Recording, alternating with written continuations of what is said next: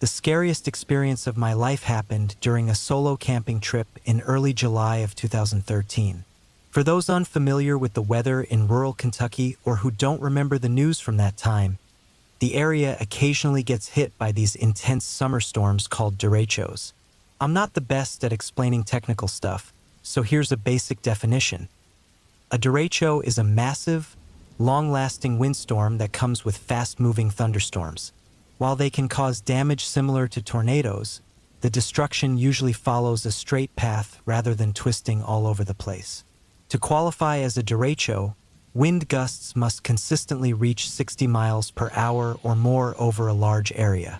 To put that into perspective, a weak hurricane has winds starting around 74 miles per hour, so a derecho is essentially like a baby hurricane. Most people don't find them life-threatening, just a big inconvenience. But being alone in the middle of the woods, watching the sky darken and feeling the wind strong enough to topple dead trees, gave me a whole new perspective. Thankfully, as I was searching for somewhere safe to camp that night, I found a simple man-made shelter. It was just a single-walled concrete pavilion. While it didn't block much of the wind or rain, it felt like it could save me if a tree fell nearby. Unfortunately, I wasn't the only one in the forest seeking refuge. About an hour before sunset, with the wind howling through the trees, I heard the heavy thud of something big running toward the shelter. At first, I couldn't see it because of the wind and how the shelter was positioned. A moment later, I was barely on my feet when it came charging around the corner. It was a black bear. The storm had clearly panicked the bear, which was terrible news for me. My first instinct was to wave my arms and yell to scare it off, but that's easier said than done when you're already terrified. The bear jumped back, startled, and then ran off, or so I thought. Instead, it circled around the shelter and came back from the other side. I repeated my frantic yelling and arm waving, and it ran off again. But once more, it just looped around the shelter, getting closer each time. Every pass brought it nearer. Eventually, I could hear its claws scraping against the concrete just a few feet away and its labored, angry breaths. It was clear the bear wanted the shelter and was trying to decide if I was worth fighting for it. I backed up as it kept circling, until it suddenly darted inside and swiped at me before retreating again. I grabbed my backpack to use as a makeshift shield. It still had most of my gear in it and was pretty heavy, so I figured I could use it like a battering ram if the bear charged again. When the bear came back for another pass, it stopped, stared at me holding the pack, and seemed to reconsider. The way the backpack changed my shape must have confused it. It let out a frustrated roar, spun in a circle like it couldn't figure out what to do, and finally bolted back in the direction it had come. I knew the smart thing to do would be to leave the shelter, but where could I go? The storm was strong enough to bring down trees, and being outside put me at serious risk of getting crushed. Staying in the shelter meant I might face another bear encounter, but at least I had some defense there. If I got injured out in the woods, I wouldn't be able to outrun the bear, and that would be far worse. In the end, I decided to stay in the shelter. I figured the bear was unlikely to come back, but I was certain trees would fall during the storm. There was no way to scare off a falling tree, no matter how loud I yelled or waved my backpack.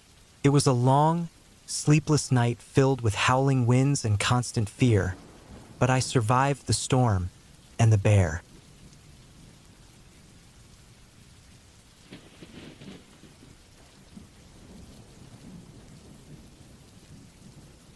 A couple of years ago, my boyfriend and I went on a camping trip in the summer, somewhere in Arkansas. The first couple of days were really pleasant, and then, late one afternoon, we were grilling dinner when we suddenly heard someone shouting for help. The sound came from a nearby campsite, just out of view, but close enough for us to hear clearly. Without wasting a second, my boyfriend and I ran toward the voice. What we found felt like a scene straight out of a nightmare. A man was slumped against a camp table with a deep cut across his stomach.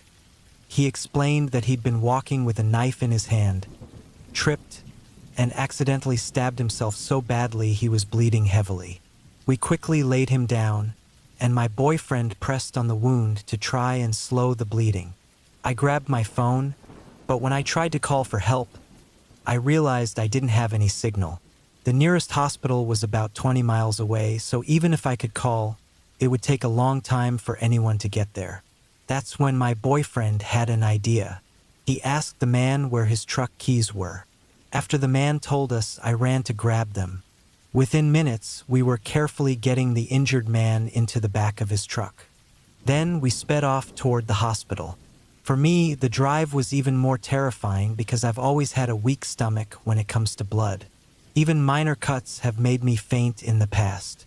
Once, I cut my hand in the kitchen, ran it under water, and passed out cold moments later. Knowing this, my boyfriend insisted I drive while he stayed in the back of the truck with the man, keeping pressure on his wound. If I stayed back there, I might faint, and if I fainted behind the wheel, all three of us could have been in serious danger. I was terrified, but adrenaline must have kicked in because I managed to stay focused. My boyfriend kept reminding me to pull over if I felt lightheaded, but I just kept my eyes on the road and focused on getting there as quickly as I could. It took us 12 minutes to reach the hospital, and my boyfriend later told me we arrived just in time. By then, the injured man had started slurring his words, which was a very bad sign. Any longer, and he might have been unconscious or worse by the time we arrived. When the hospital staff came out to pull him from the truck, I noticed a huge pool of blood underneath him, and my boyfriend's clothes were completely soaked. After they took the man inside, we drove his truck back to the campsite and tried to settle down for the evening. His dog was still at the campsite, so we took care of it while attempting to have a normal night, though, of course, that was impossible after what had just happened. The next morning, the man's brother arrived to pick up his things. He thanked us with so much emotion in his voice, explaining that his brother had survived the ordeal and would be okay. It was an incredibly moving moment.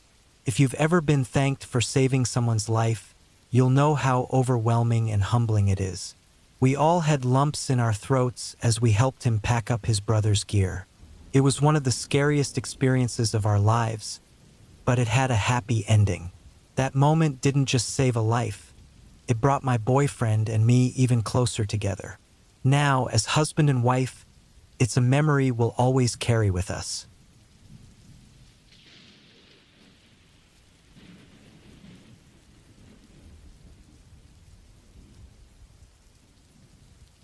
Around 2010, I decided to plan a camping trip for myself and a few buddies.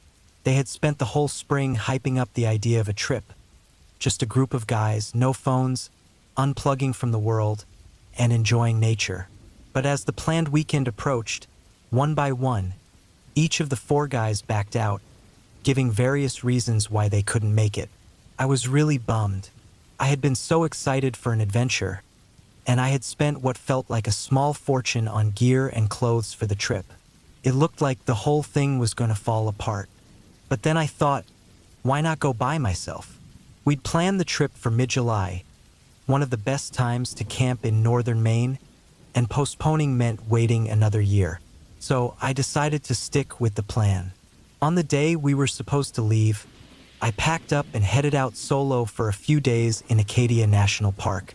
Over those 3 days, I ended up having an incredible time. I had worried I'd feel lonely or bored, but I was wrong. Between setting up camp, gathering firewood, rigging bear alarms, and starting a fire, I barely had a moment to rest. By the time the sun set, I was exhausted. But nighttime in the woods is a whole different story. I hadn't camped in nearly a decade, and being alone in the dark was unnerving. The first night, every sound made me jump, and I couldn't stop imagining scenes from the Blair Witch Project. But by the second and third nights, I got used to the noises and even managed to sleep decently. On the third night, though, something happened that still makes my skin crawl. I woke up in the middle of the night feeling really uncomfortable. I hadn't, gone to the bathroom for 3 days. Every time I thought about it, I pictured snakes slithering nearby or biting me mid-squat. It wasn't rational, but it kept me from doing what I needed to. Eventually, though, I couldn't hold it any longer. I grabbed my headlamp, switched it to a dim blue light to stay as inconspicuous as possible, and headed a short distance into the woods with my wet wipes. After finding a spot that felt safe enough, I took care of business quickly and was about to head back to camp when I saw something that stopped me cold. About 80 feet away, near my tent, a flashlight beam swept across my campsite. Alarm bells went off in my head. My first thought was that it could be a park ranger, but then I remembered it was the middle of the night and no ranger would approach a campsite like that. The possibilities of what this person might want were far less innocent. I quickly turned off my headlamp and crouched behind a tree, watching from the shadows. My dim blue light had been designed to preserve my night vision, so I could still see while staying hidden. Whoever it was, their flashlight beam moved slowly over my camp, like they were searching for something or someone. A few seconds later, a second flashlight appeared, and I realized there were two people. They moved methodically, shining their lights on my gear and talking quietly to each other. Though I couldn't make out every word, I heard enough to send a chill down my spine. One of them asked a question, and the other responded, "He was just here." That sentence hit me like a ton of bricks. It wasn't random, they were looking for me. My stomach churned. It was one thing to stumble upon someone's camp by accident, but for them to know I was there meant they had been watching me. I had set up tripwire bear alarms around the site, and somehow they had managed to avoid tripping a single one. That wasn't easy to do, even in broad daylight, let alone in the dark. I stayed hidden, holding my breath, as the two strangers continued poking around my campsite. After what felt like an eternity, one of them said, "We'll just come back tomorrow." They exchanged a few more words, then turned and walked away. Even after they left, I was paralyzed with fear. My first instinct was to run back to camp, pack my gear, and leave immediately. But that wasn't practical. Packing up would make too much noise, and I'd need to turn my headlamp up to full brightness, making me an easy target. And who's to say they weren't still nearby, watching? I stayed hidden behind that tree for hours, barely moving, until the first light of dawn crept through the trees. Finally, I felt safe enough to return to camp. I packed everything as quickly and quietly as I could, skipped breakfast, and took a long, indirect route back to my car, avoiding trails to stay out of sight. Before leaving the park, I stopped at the visitor center and asked if any rangers had been patrolling the area during the night. They hadn't, and the staff assured me that no ranger would ever approach a camper like that. They encouraged me to file a report, saying they wanted to know about anything suspicious happening in the park. I appreciated their concern, but the experience left me too shaken to ever want to camp in Acadia again.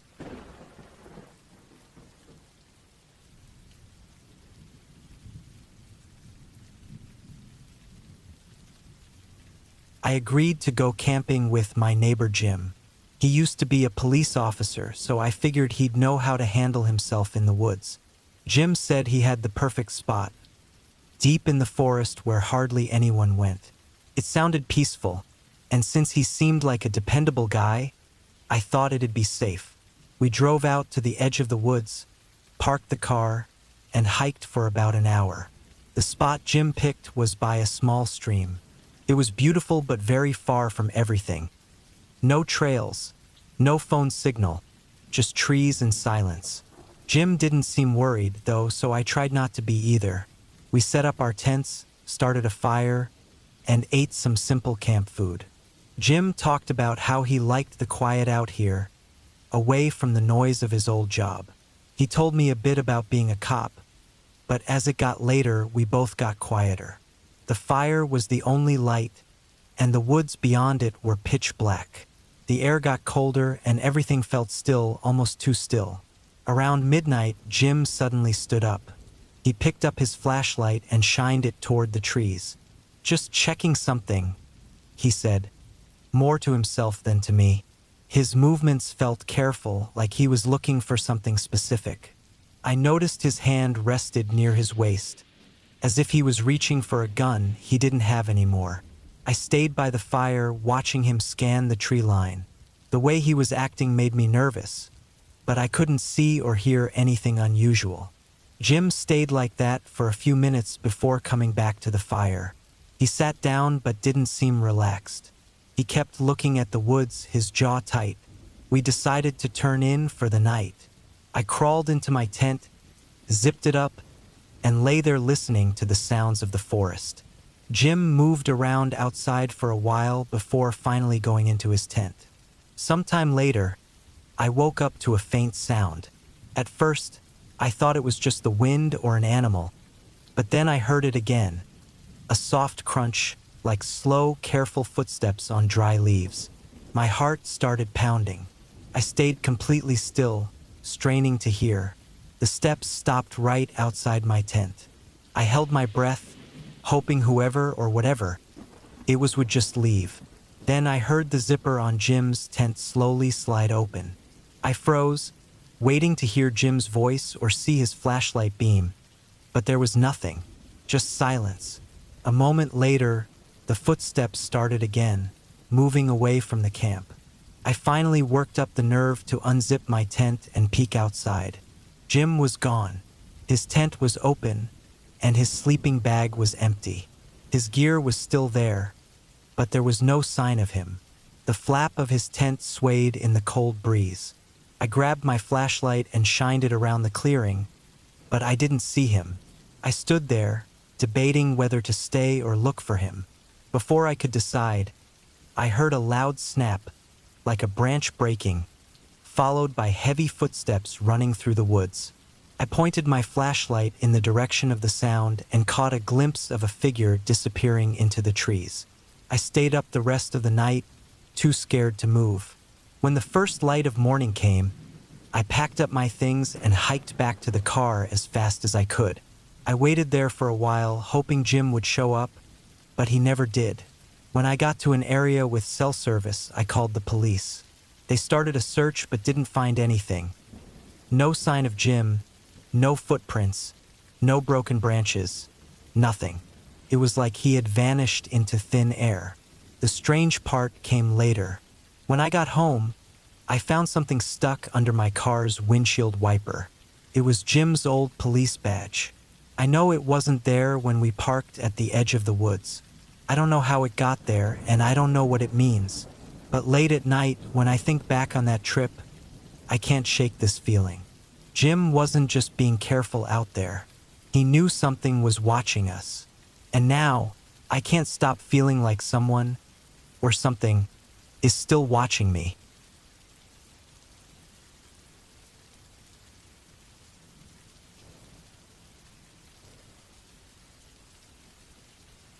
It had been a long time since my sister talked me into going camping again. This time, she suggested we invite my ex-husband, Mark. She said it was because we should all act like grown-ups, but I had a feeling she just didn't want to be out in the woods without someone else there. Mark didn't look happy about it either, but he agreed. The three of us drove out to a quiet spot deep in the forest, far away from anyone else. The first night wasn't bad. The air was cool, and the fire we made was warm and calming. I stayed in my own tent, far enough from Mark to avoid any weird moments. The second day was quiet too.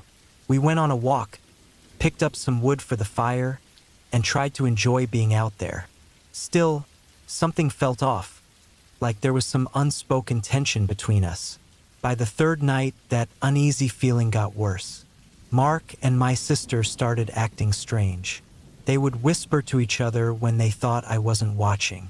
They kept giving each other quick glances, but when I looked over, they'd stop. I tried to convince myself it was nothing, but I couldn't shake the feeling that something wasn't right. That night, I couldn't sleep. My tent felt too quiet, and the forest outside seemed too loud. I kept hearing sticks snapping far off, like someone was moving around. The leaves rustled more than they should have. I lay there for what felt like hours, my heart racing for no good reason. Just after midnight, I unzipped my tent a little to peek out. Mark and my sister's tent was dark, but then I noticed a dim light deeper in the trees. It wasn't flickering like a fire, and it wasn't moving like a flashlight. It stayed in one spot. I didn't know why, but I felt like I had to see what it was. I got out of my tent as quietly as I could and started walking toward the light. As I got closer, I realized it was a lantern, the kind you'd use if you didn't want to attract too much attention. Mark and my sister were sitting near it, talking. Their voices were low, but I could hear bits and pieces as I hid behind a tree. "She wouldn't have come if she knew," Mark said. "She'll go along with it. She trusts me," my sister replied. My stomach twisted. What were they talking about? I stayed hidden, trying to make sense of their words. Trust her with what? What wouldn't I have come for? I didn't have time to figure it out before they turned off the lantern and started heading back toward the tents. I rushed back to my tent and lay there, pretending to be asleep. The next morning, I acted like everything was fine, but my mind was racing. I needed to leave and fast. I told them I wasn't feeling well and wanted to head home early. They didn't put up much of a fight, but Mark kept looking at me like he was watching for something. As we packed up and started walking back to the car, I noticed something was wrong. The trail didn't look familiar. The trees seemed closer together, and the path felt like it was leading deeper into the forest instead of out of it. I asked where we were going, and my sister said it was a shortcut. Her tone was too casual, too fake. That's when panic set in. I told them I needed to stop for a bathroom break. They didn't argue, but as soon as they were out of sight, I bolted. I ran in the opposite direction, crashing through the woods, trying to remember the way we came in. My heart pounded as I tripped over roots and ducked under branches. I didn't stop until I found the main trail. When I finally saw a group of hikers ahead, I almost cried. I told them I got lost and asked them to take me back to the parking lot. They agreed, and I didn't explain anything else. When we got to the parking lot, Mark and my sister were nowhere to be seen. Their car was still there, but they weren't. I didn't wait around. I got in my car and left as fast as I could. I've replayed that trip in my mind over and over, but I still don't know what they were planning. I just know I wasn't supposed to make it out of those woods. Whatever they had in mind, I was never supposed to leave. Sometimes, I think about that lantern glowing in the dark trees. The way they whispered when they thought I couldn't hear. The way Mark kept watching me, like he was waiting for the right moment. I'll never forget the last thing I heard before I ran. My sister's voice, calm and cold, saying, "It'll all be easier once she's gone."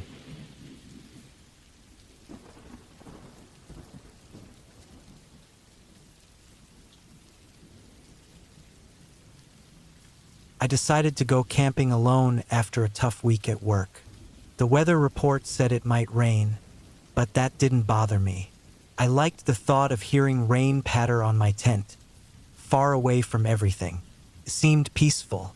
I packed light, just the basics, and drove to a quiet spot I'd been to once before.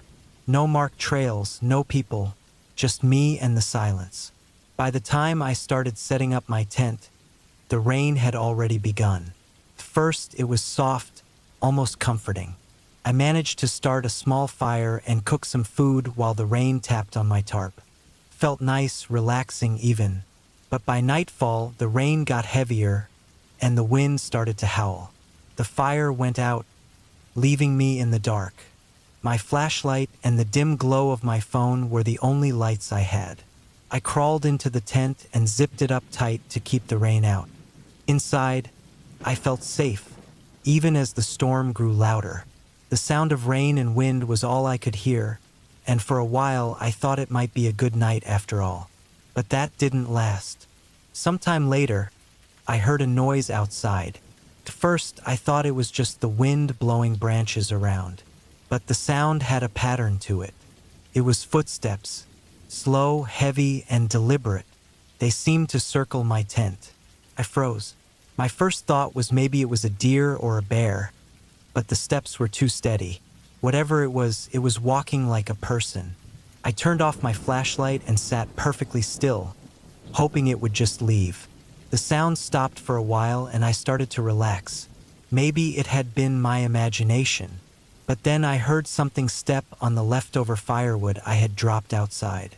The sharp crack made my stomach sink. That wasn't an animal. I reached for the small knife I had brought.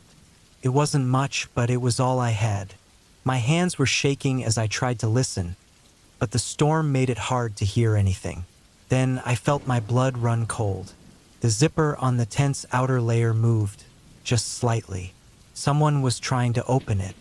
I shot upright and yelled as loud as I could, hoping to scare off whoever was out there. Everything went quiet. For a moment I thought it had worked. Then I heard heavy footsteps running fast into the woods. I stayed there, gripping the knife, listening to my heartbeat pounding in my ears. I didn't sleep for the rest of the night. When morning finally came, the storm was gone. I unzipped the tent slowly and looked around. First, everything seemed normal. Then I saw the footprints. Huge, bare footprints in the mud, circling my tent over and over. They stopped abruptly at the tree line, like whoever made them had vanished into the forest. I didn't waste any time. I packed up quickly, leaving behind anything that wasn't worth carrying. Wet gear, leftover food, I didn't care. I just wanted to get out of there. As I walked back to my car, I couldn't shake the feeling of being watched. The forest was dead silent, but it felt wrong, like something was waiting just out of sight. When I finally got to my car, I locked the doors and sat there, trying to calm down. My hands were still shaking. I thought about calling the police, but what would I even say? There was no proof, just footprints and a night I didn't want to think about anymore. I started the car and drove off, checking the rearview mirror the whole way home. It wasn't until I got home that I noticed something. Muddy smudges on the driver's side window. They weren't there when I left the campsite. They looked like finger streaks, as if someone had pressed their hand against the glass and dragged it down. I haven't been camping since, and I still wonder how long they had been watching me, before I even noticed they were there.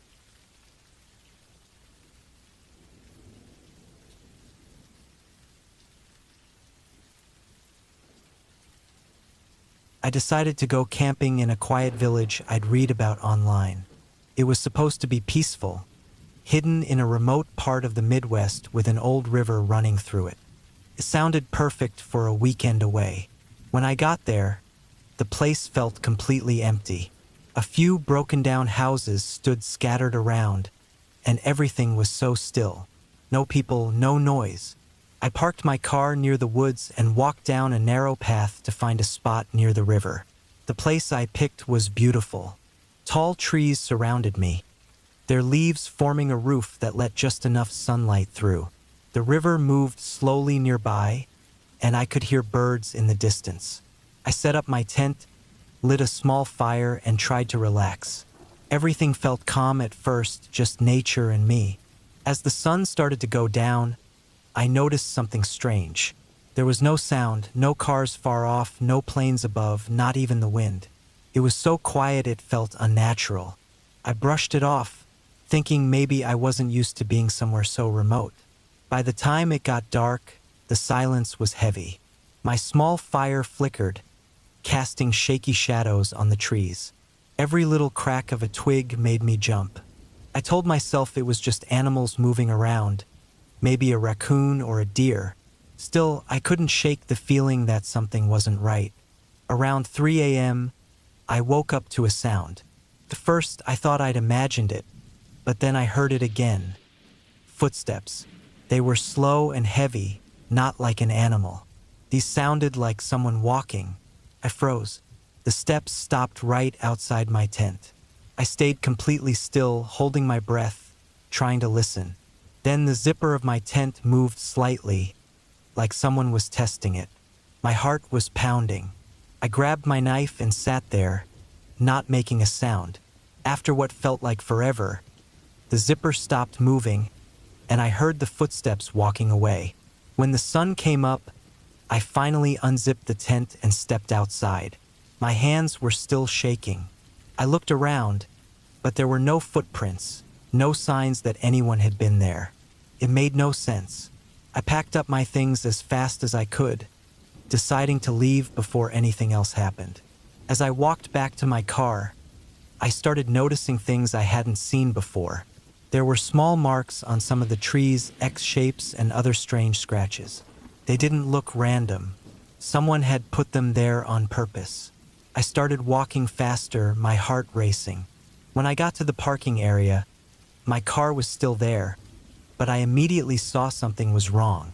All 4 tires were slashed. My first thought was that I was stuck, but then I saw something tucked under the windshield wiper. It was a piece of folded paper. My hands shook as I opened it. The handwriting was messy, like someone was in a rush. It read, "You're not the first." I stood there, trying to understand what that meant. That's when I saw the second note taped to the back window of my car. This one only had 2 words, "Still watching." I didn't even look around. I got into my car and drove off on the rims, the loud screeching of the metal on the road drowning out everything else. I didn't care how much damage I was doing. I just wanted to get out of there. As I sped down the road, I glanced in my rearview mirror, and for a split second, I saw a figure standing at the edge of the trees, watching. Back in the summer of 2018, my wife, Sarah, and I decided to go camping in Montana, near the Fort Peck Lake area. We'd been itching for an escape from the chaos of daily life and thought a weekend by the water would be perfect. After some research, we managed to book a campsite that was right on the lakefront. It felt like a stroke of luck.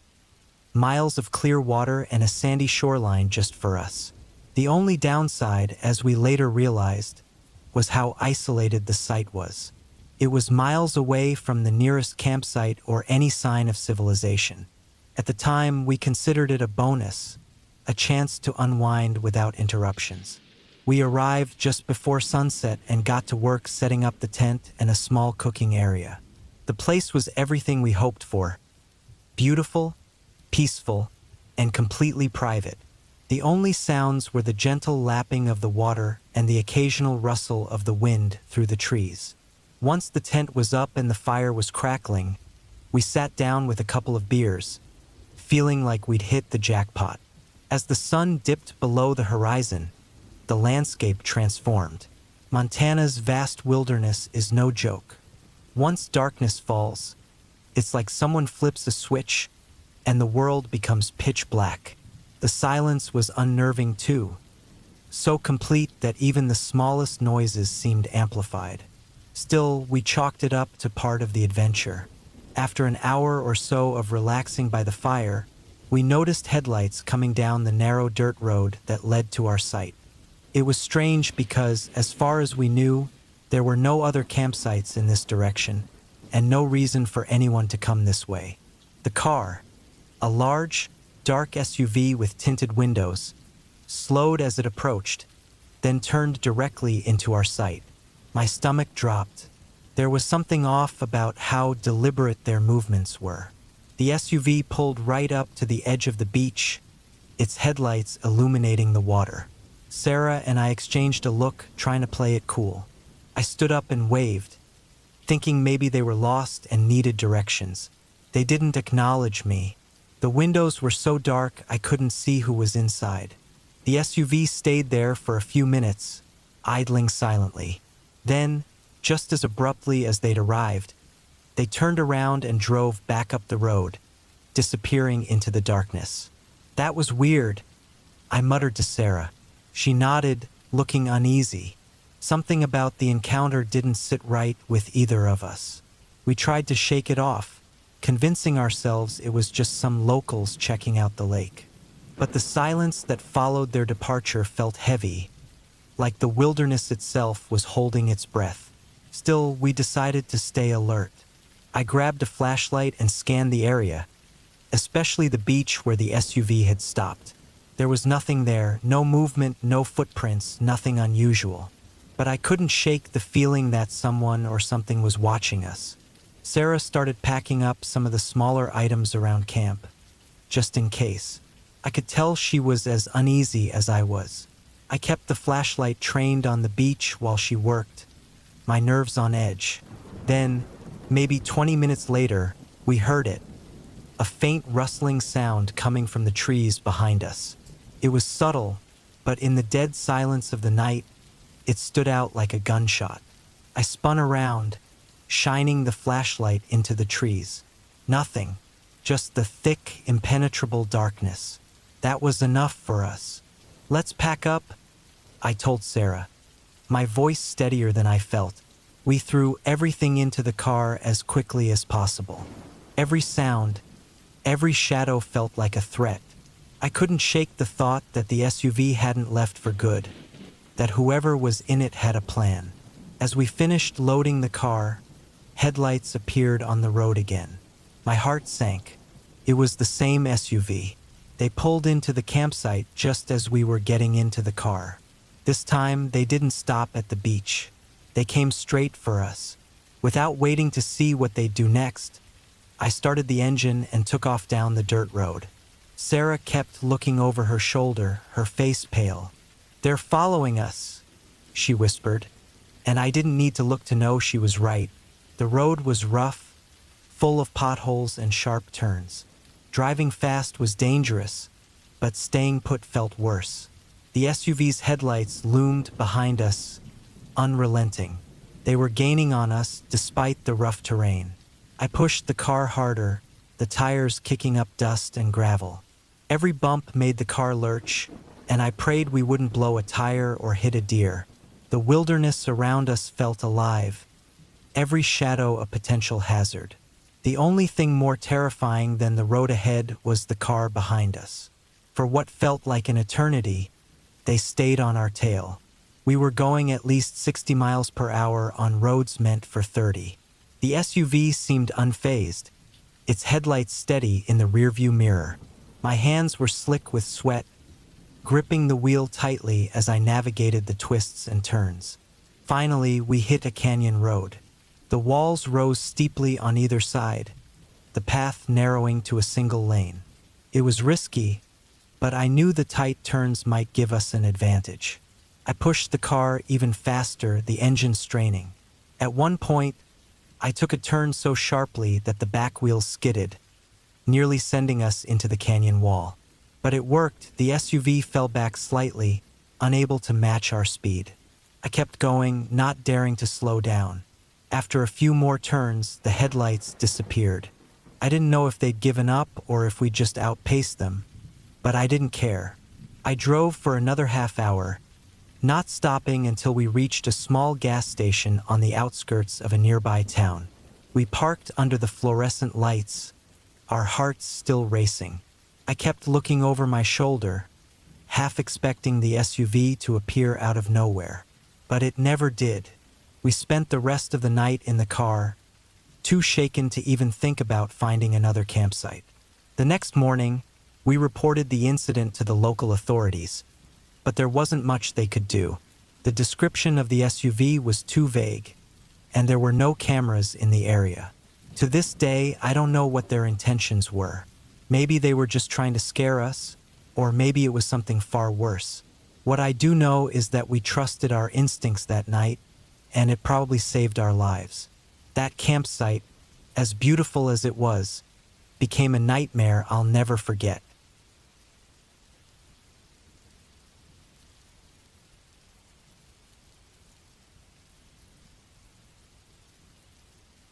It was late August when we set out for what we'd hoped would be the adventure of a lifetime. My husband and I had planned this trip for months, a multi-day trek in a remote mountain range. We'd done our research, packed carefully, and made sure our gear was up to the challenge. We were ready, or so we thought. The drive to the trailhead was uneventful, just the hum of tires on the asphalt and the steady climb into higher elevations. The air thinned as we drove, crisp and cool even though the sun was blazing. It felt like the calm before something big. though we couldn't have known how true that would be. The trail itself was a steep climb from the start, winding through dense forest before opening into sweeping meadows. The views were breathtaking. Snow-capped peaks in the distance, wildflowers clinging to the edges of the path, and not a soul in sight. We were miles from anyone, completely alone in this vast wilderness. Felt freeing, but also just a little unsettling. The first night was uneventful. We set up camp by a small lake, cooked our dinner on a portable stove, and marveled at the stars. The sky out here was like nothing we'd ever seen before, an endless stretch of black dotted with millions of tiny, brilliant lights. We crawled into our tent feeling exhilarated and ready for the days ahead. The second day was harder. The trail climbed higher and higher, and the sun was relentless. By mid-afternoon, the temperature was pushing 90 degrees, and the streams marked on our map were all dry. My husband's pack was heavier than mine, loaded with most of the food and extra gear, and he was starting to feel it. His pace slowed, his face flushed, and he kept wiping sweat from his brow. When we finally stopped for a break, he admitted he was out of water. I checked the map and saw a bold blue line ahead, a stream that seemed promising. It was about a mile away, so I left him resting in the shade with our gear and pushed on alone. The trail was narrow and rocky, cutting through a dry, barren landscape. Every step kicked up dust, and the heat radiated off the ground in waves. When I finally reached the stream, relief washed over me. It was there, flowing cool and clear, and I quickly set up my filter. As I worked, I scanned the area, a habit I'd picked up over years of hiking. That's when I saw them. Across the stream, about 20 feet away, a little brown head popped up from behind some bushes. Then another, and another, a mama grizzly with her cubs. My heart stopped. I froze for a moment, every nerve in my body screaming at me to run, but I knew better. Slowly, I stood up and made myself as big as I could. I clapped my hands, shouted, and backed away. She watched me, her dark eyes calculating, but she didn't charge. Instead, she gathered her cubs and moved off into the brush. It was over in seconds, but it felt like a lifetime. Shaking, I finished filtering the water and hurried back to my husband. He was pale and unsteady on his feet, but managed a weak smile when I handed him the bottle. We rested there for a while, both of us shaken but determined to keep going. The next day, we climbed above the tree line. The air was thin and cold, and clouds were starting to gather. My husband was nervous, urging me to pick up the pace in case of lightning. The trail was exposed, a narrow ridge with steep drop-offs on either side, and the wind was picking up. By the time we reached the pass, the clouds were thick and dark, rumbling with distant thunder. We didn't linger. We descended quickly, finding a sheltered spot to set up camp just as the first drops of rain started to fall. It wasn't rain for long, though. The temperature plummeted, and the rain turned to hail, then snow. Thunder cracked overhead, so close it felt like the ground was shaking. The air reeked of ozone, sharp and metallic, and we crouched in our tent, trying to minimize contact with the ground. Lightning lit up the sky in blinding flashes, followed by deafening booms of thunder. When it finally quieted down, I unzipped the tent and looked outside. It was so bright I thought there must be a forest fire nearby, but it wasn't fire. For inches of snow had fallen in less than an hour, blanketing the ground in white. The transformation was eerie, the once green landscape now silent and frozen. The rest of the trip was no less eventful. We faced biting winds, more hail, and the constant threat of hypothermia. But it was the final night that left the deepest mark. We'd found a relatively sheltered spot to camp, tucked against a rock wall. It was cold, but we were dry, and the storm had passed. Exhausted, we crawled into our sleeping bags and fell asleep. I woke in the middle of the night to a strange sound, At first, I thought it was the wind, but it was too rhythmic, too deliberate. A crunching noise, like footsteps in the snow, circling our tent. My heart raced, but I stayed still, straining to hear. The steps stopped, and there was silence. Then, the tent fabric shifted slightly, as if something or someone was brushing against it. I didn't move. I didn't breathe. Minutes passed, maybe hours, before I finally drifted off again, too exhausted to stay awake. In the morning, there were no tracks in the snow, no signs that anything had been there. But I knew what I'd heard. Looking back, it was the best trip of my life, but it also tested me in ways I never expected. Out there, surrounded by the raw power of nature, I felt small and vulnerable, but also alive in a way that's hard to describe. It's a feeling I'll never forget, and one I'm not sure I'd ever want to experience again.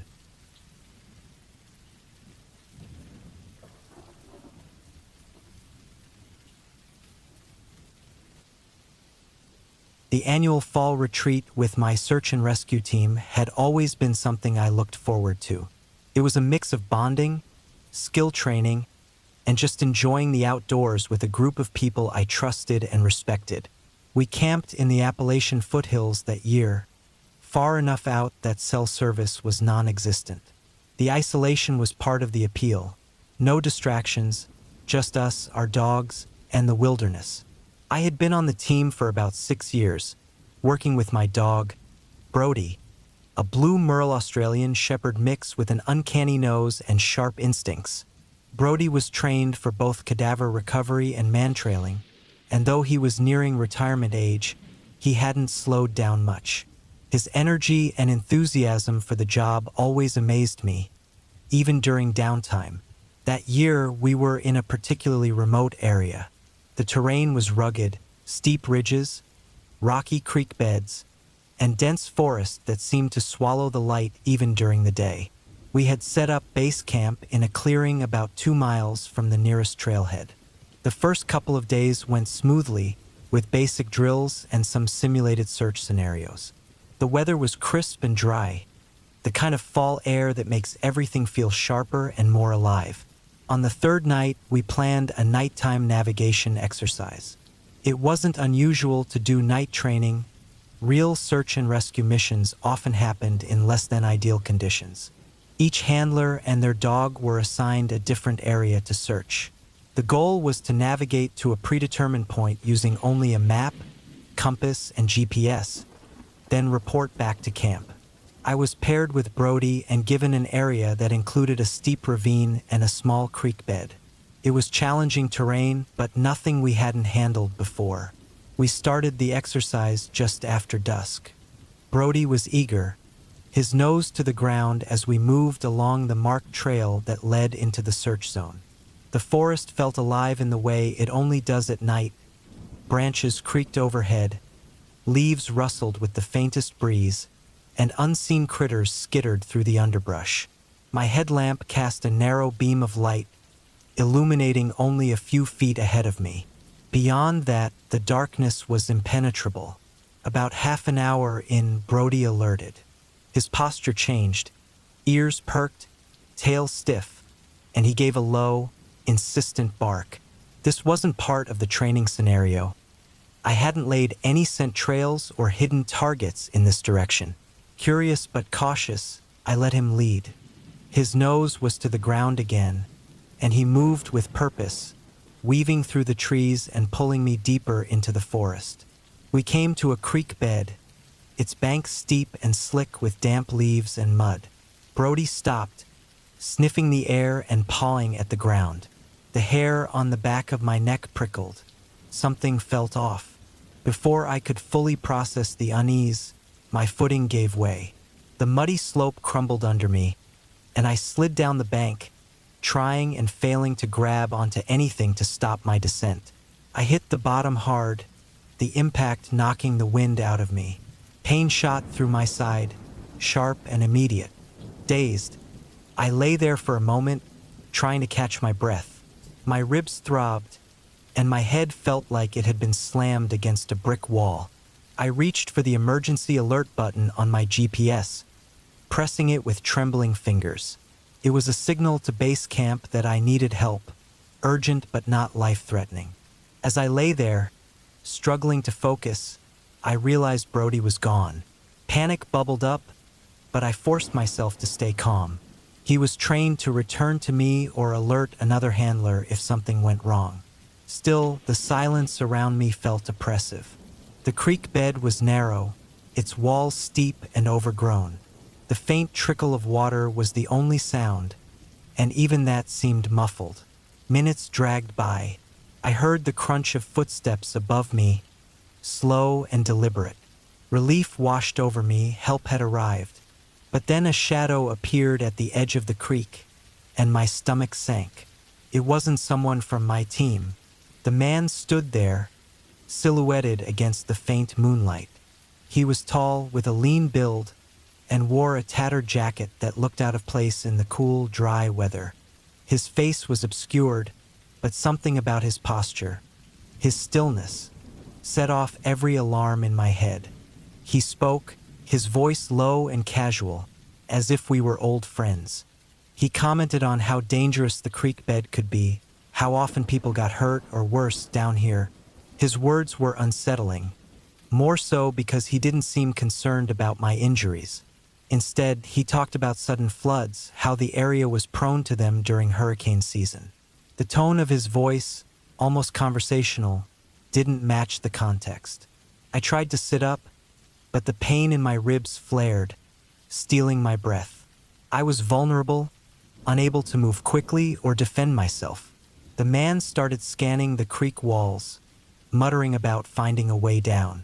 My heart pounded as I realized I wouldn't be able to stop him if he reached me. Then I heard it, Brody's familiar series of sounds. It was his way of communicating, a mix of trills and barks that always meant hurry up. Relief flooded me. He was close. The man froze, his head snapping toward the sound. A moment later, Brody appeared at the edge of the creek, his eyes locked on the stranger. He didn't bark, just stood there, his posture stiff and alert. Before the man could react, another dog emerged from the darkness. A massive German shepherd named Ranger, one of our team's best tracking dogs. Unlike Brody, Ranger didn't hesitate. His hackles were up, and he let out a deep, menacing growl. The man took a step back, his demeanor shifting from casual to wary. Then I saw them, two members of my team, both carrying flashlights and moving quickly toward the creek. The man lingered for a moment, watching as they climbed down to me. He didn't say a word, just stood there while the dogs continued to growl and bark, keeping him at bay. The team worked quickly, stabilizing me and attaching me to a backboard. All the while, the man stayed just beyond the edge of the creek, silent and still. It wasn't until they started wheeling me out on the rescue litter that he finally turned and disappeared into the woods. Back at camp, the team's medical personnel assessed my injuries. 2 broken ribs and a mild concussion. Not life-threatening, but painful and disorienting. I was taken to a small rural hospital for further evaluation. As I lay in the hospital bed, the events of the night replayed in my mind. According to one of the nurses, the area we had been training in was known for its high crime rate, including assaults. I filed a report with the local authorities, but nothing ever came of it. The man's behavior, his presence in such a remote area, and his strange comments about the creek still haunt me.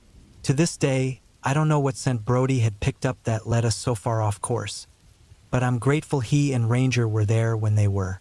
Brody has since retired, and Ranger isn't far behind. I still work in search and rescue, but that night left a mark.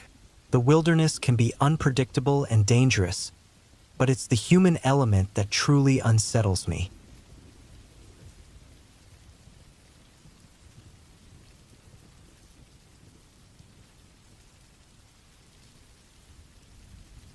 We planned a camping trip, me, my business partner Kevin, his wife Lisa, and my ex-husband Mark. I still don't know why I agreed to it. It felt awkward, but Kevin kept saying it would be good for us to spend time outside of work. Things with Mark weren't as tense anymore, so I figured, why not? Kevin chose the spot, a quiet area deep in the woods, far from the main road. It was surrounded by tall trees, with no other campers in sight. The only sounds were the wind through the trees and the occasional bird. It felt peaceful, but also a little too empty. The first night was normal. We sat around the fire, had dinner, and went to our tents early. Nothing happened, but by the second night, something felt wrong. It started with noises. At first, I thought it was just the wind or maybe an animal moving through the trees. But as the night went on, the sounds got louder. Branches snapped. Something heavy was moving in the darkness, not far from us. Kevin acted like it was no big deal, but I could tell he was starting to feel uneasy too. When we finally went to bed, I couldn't sleep. You just lie there, listening. That's when I heard it, footsteps. They weren't quick or random. They were slow and heavy, like someone walking with purpose. The steps came closer, stopping just outside the tents. My heart was racing. I held my breath, waiting to hear what would happen next.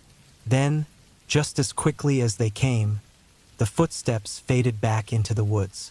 The next morning, Lisa looked exhausted. She admitted she'd heard something too, but none of us wanted to talk about it much. We all acted like it was nothing. I think we were trying to convince ourselves it wouldn't happen again. That night, the noises came back, but this time, it was worse. The footsteps didn't stop at the edge of our campsite. They circled around us, moving slowly and deliberately. I lay in my tent, frozen, staring at the ceiling. Every muscle in my body was tight. Then I heard a loud thud, followed by a dragging sound. My stomach turned. I unzipped my tent just enough to peek outside. The cooler was gone. It had been sitting by the fire, but now it was nowhere to be seen. The fire was just a dim glow of embers, making it hard to see anything. I scanned the area but couldn't spot whoever or whatever had taken it. When morning came, the cooler was back. It was in the same spot as before, but everything inside was dumped out and torn apart. Kevin said it must have been an animal, but even he didn't seem to believe it. The last night was the worst. I woke up to the sound of a zipper. It wasn't mine. I stayed still, listening as footsteps moved away from the camp. When I finally got the courage to check, Mark's tent was open, and he was gone. I woke Kevin and Lisa, and we started searching for him.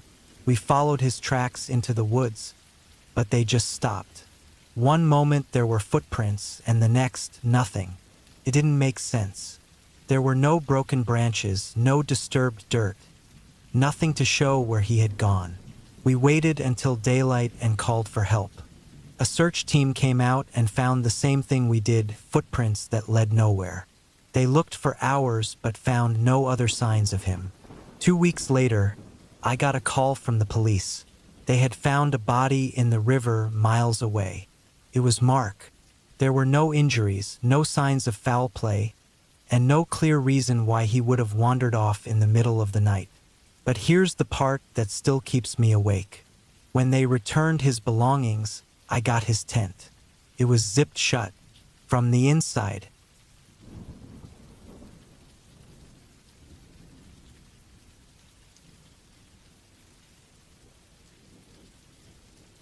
I've been retired for a few years now, but every once in a while, I get asked to help with something.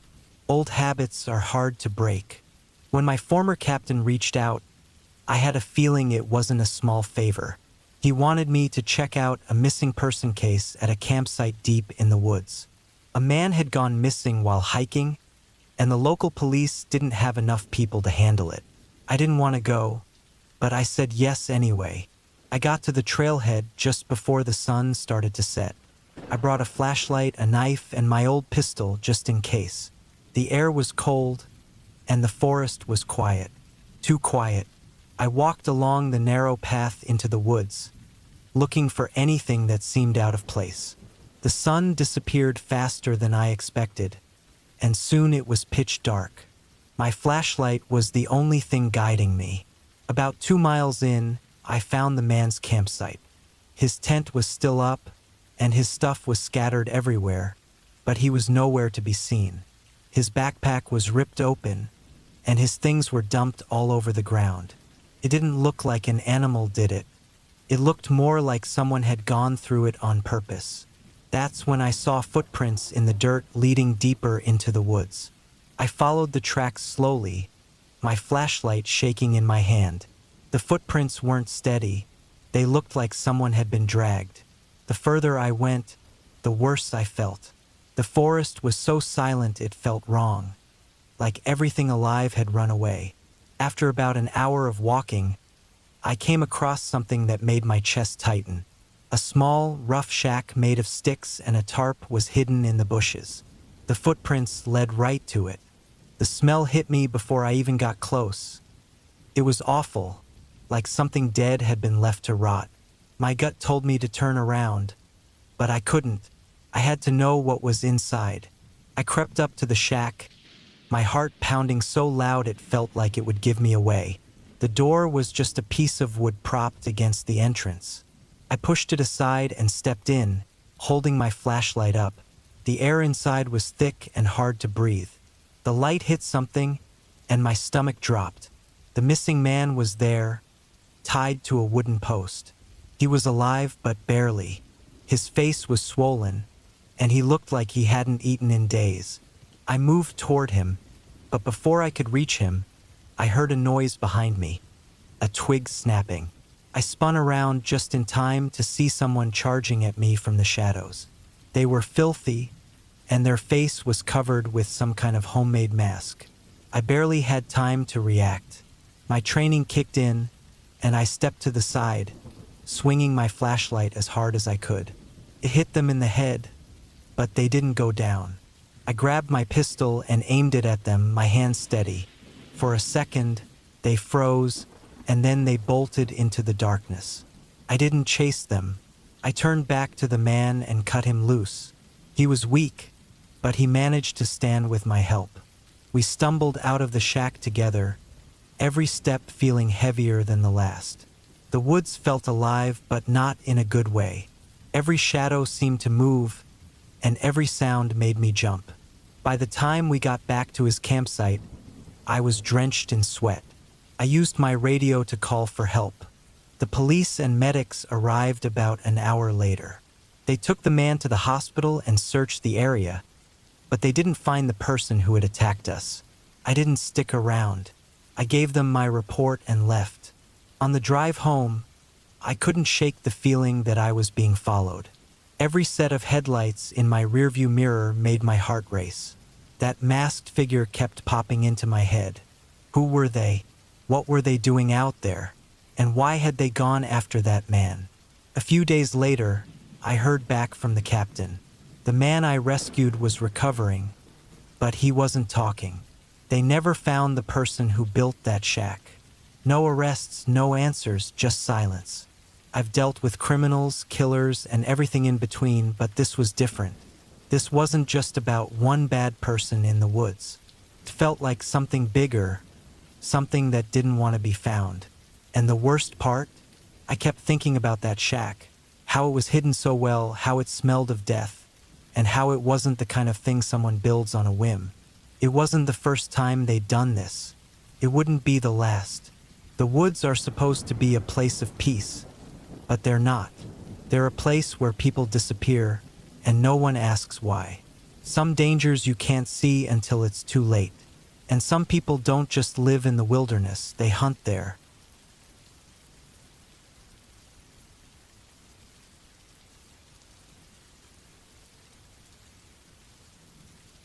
I'll always remember the camping trip I took with my cousin and my dog, Milo. We decided to spend the weekend deep in the woods, far from everything. It wasn't a regular campsite, just a small clearing near a quiet stream. It felt completely isolated, which was the whole point. The first day was peaceful. We set up the tent, got a fire going, and let Milo explore. He's a smart dog, always staying close and alert, so I didn't think twice about letting him wander. By nightfall, the stars lit up the sky, and the fire cracked softly as we sat in silence, listening to the woods. But around midnight, Milo started acting weird.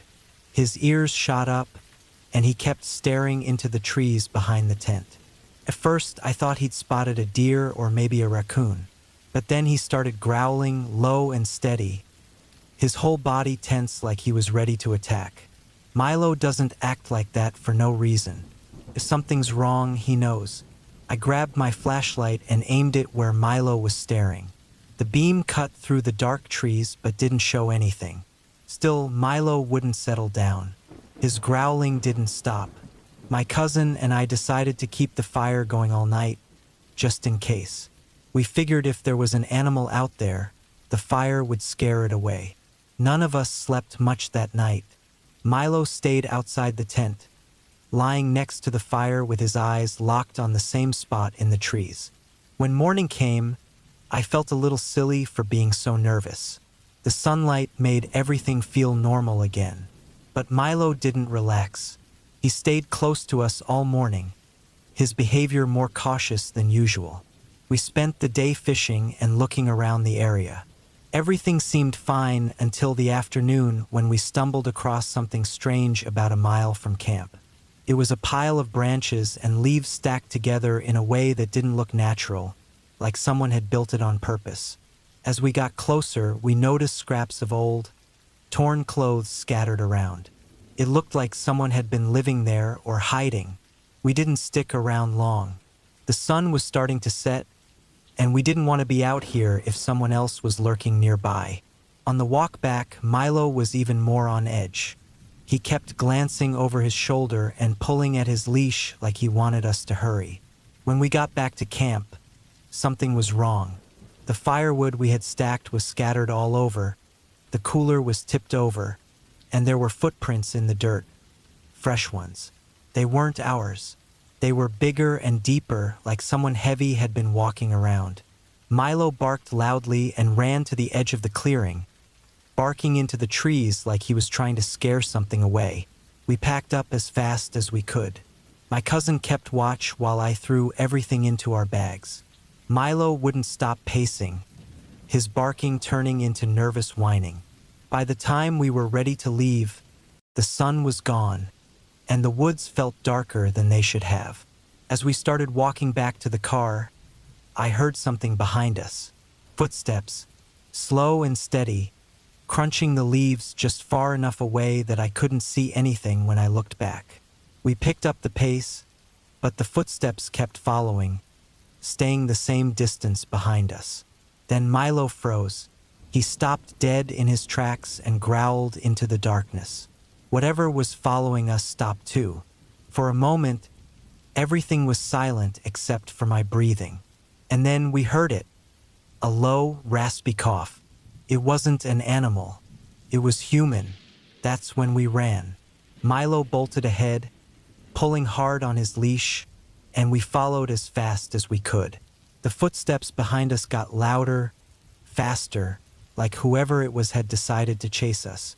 My cousin tripped once, and I thought we were done, but he got up quickly and we kept running.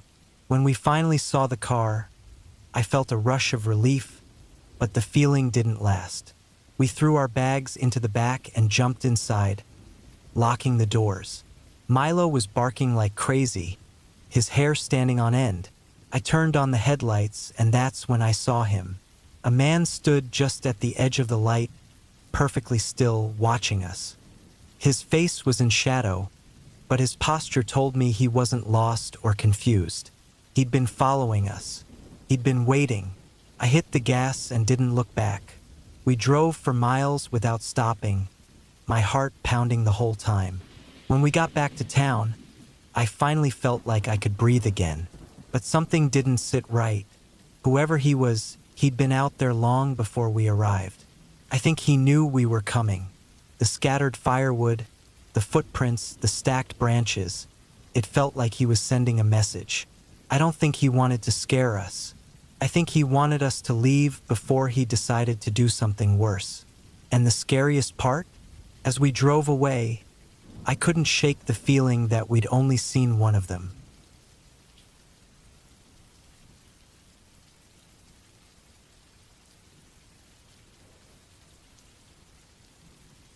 I've always loved the idea of camping in quiet places, away from people and noise.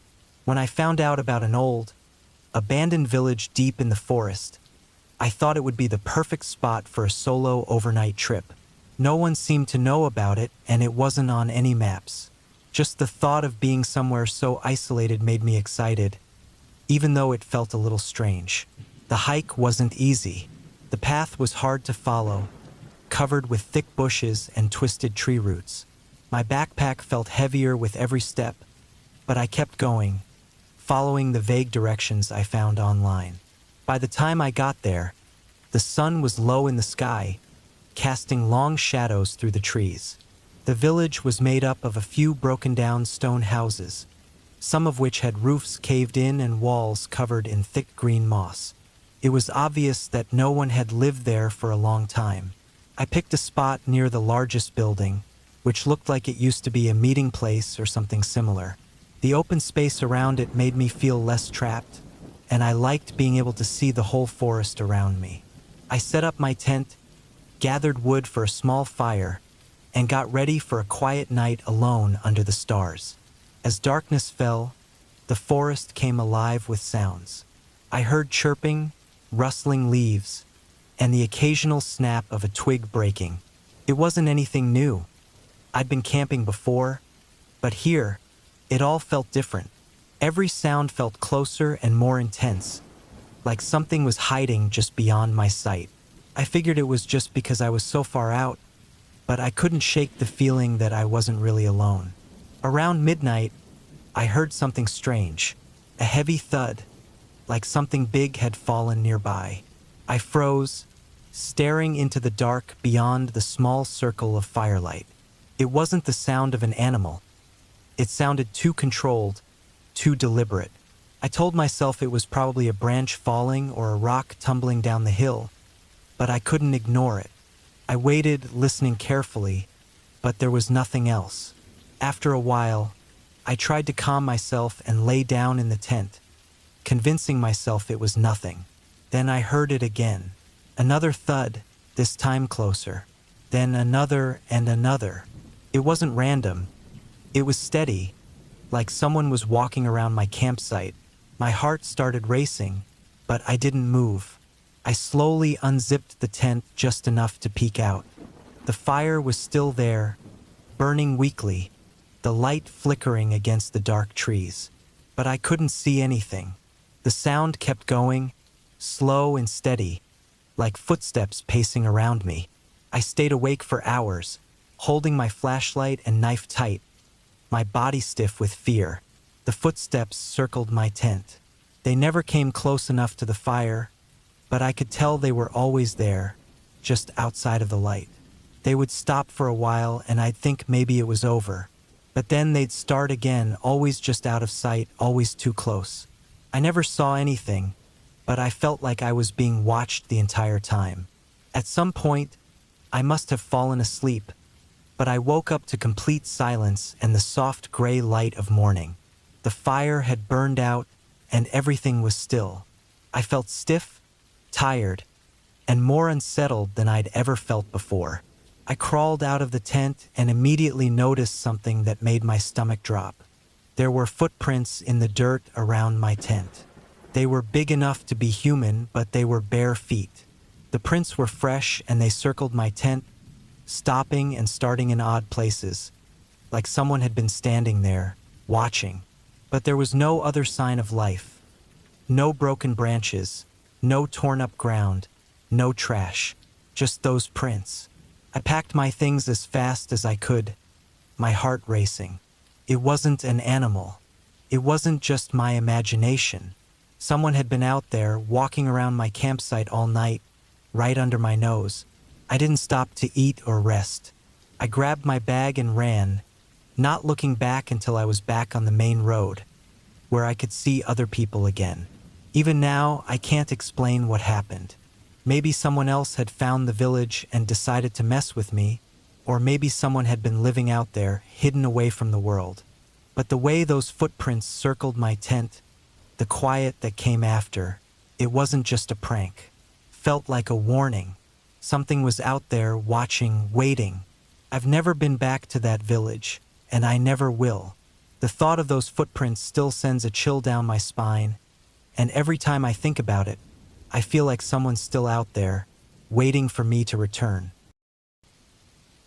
It was a hot, sticky afternoon in mid-July, and I had taken my 10-year-old niece, Emily, camping in one of the busier state parks in upstate New York.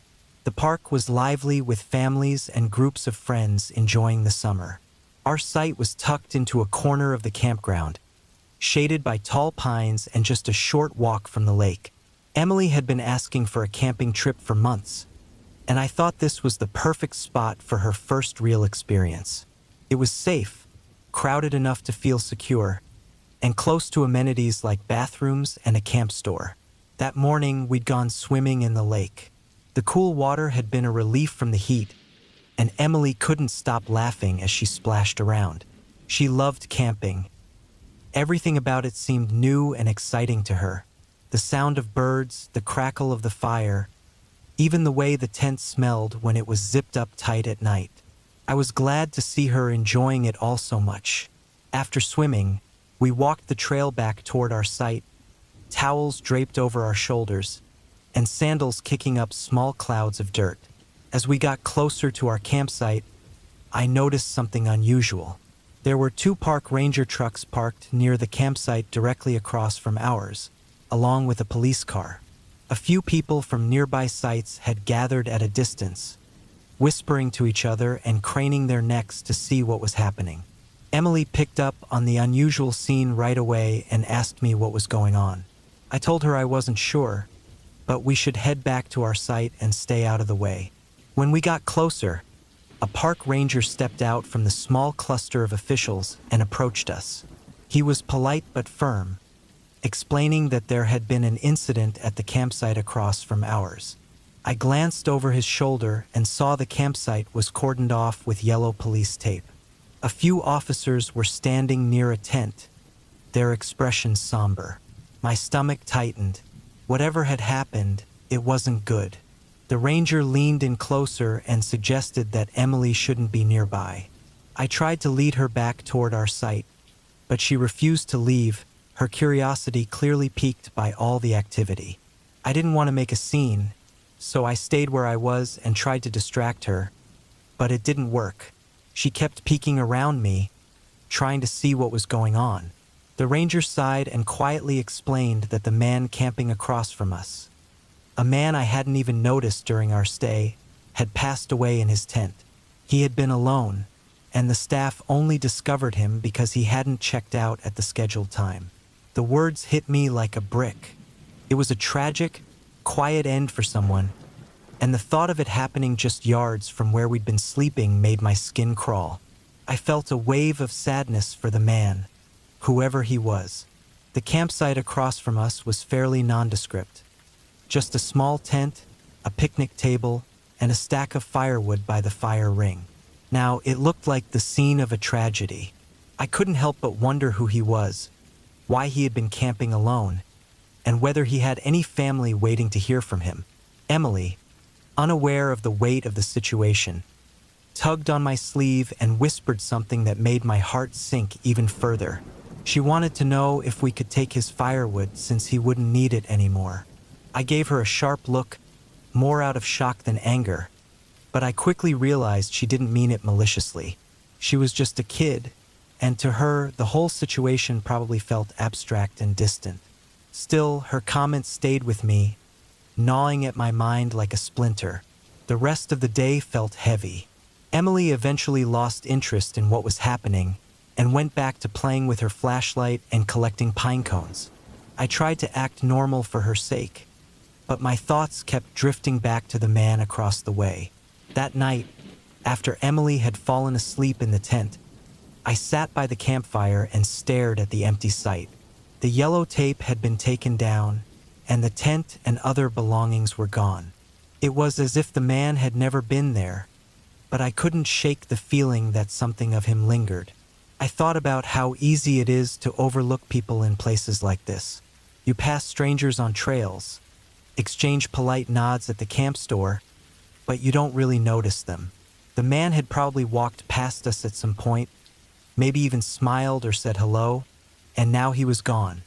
His life had ended just a stone's throw from where Emily and I had been roasting marshmallows and laughing about silly camp stories. The rest of the trip was subdued. Emily still had fun. She was too young to fully grasp the weight of what had happened, but I couldn't shake the unease. When we packed up and left 2 days later, I caught myself glancing at the empty campsite one last time. It was just a patch of dirt and grass, but it felt like a reminder of how fragile and fleeting life can be. Driving home, I couldn't stop thinking about that man. I wondered if he'd come to the park for peace, for solitude, or maybe for one last adventure. Whatever the reason, he had spent his final moments surrounded by nature, under a canopy of stars. It wasn't the worst place to go, I supposed, but it was still a lonely way to leave the world. And that thought stayed with me long after we got home, a quiet shadow in the back of my mind.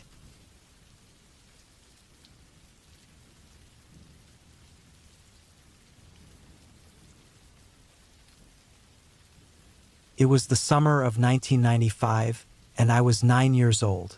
My parents thought it was a great idea for me to join the local Cub Scouts. The group was organizing a backyard camping night in one of the scout leader's massive yards, which backed up to a stretch of woods. There were about 10 of us kids, all excited for what felt like a real camping experience. For most of us, this was the closest we'd been to roughing it outside of our bedrooms. That night, 3 of us shared a tent. It was me, Sam, and a kid named Jeremy who had just moved to town a few weeks prior. Jeremy was a bit quiet and didn't say much during our earlier activities, but we quickly bonded over shared snacks and excitement about staying up late.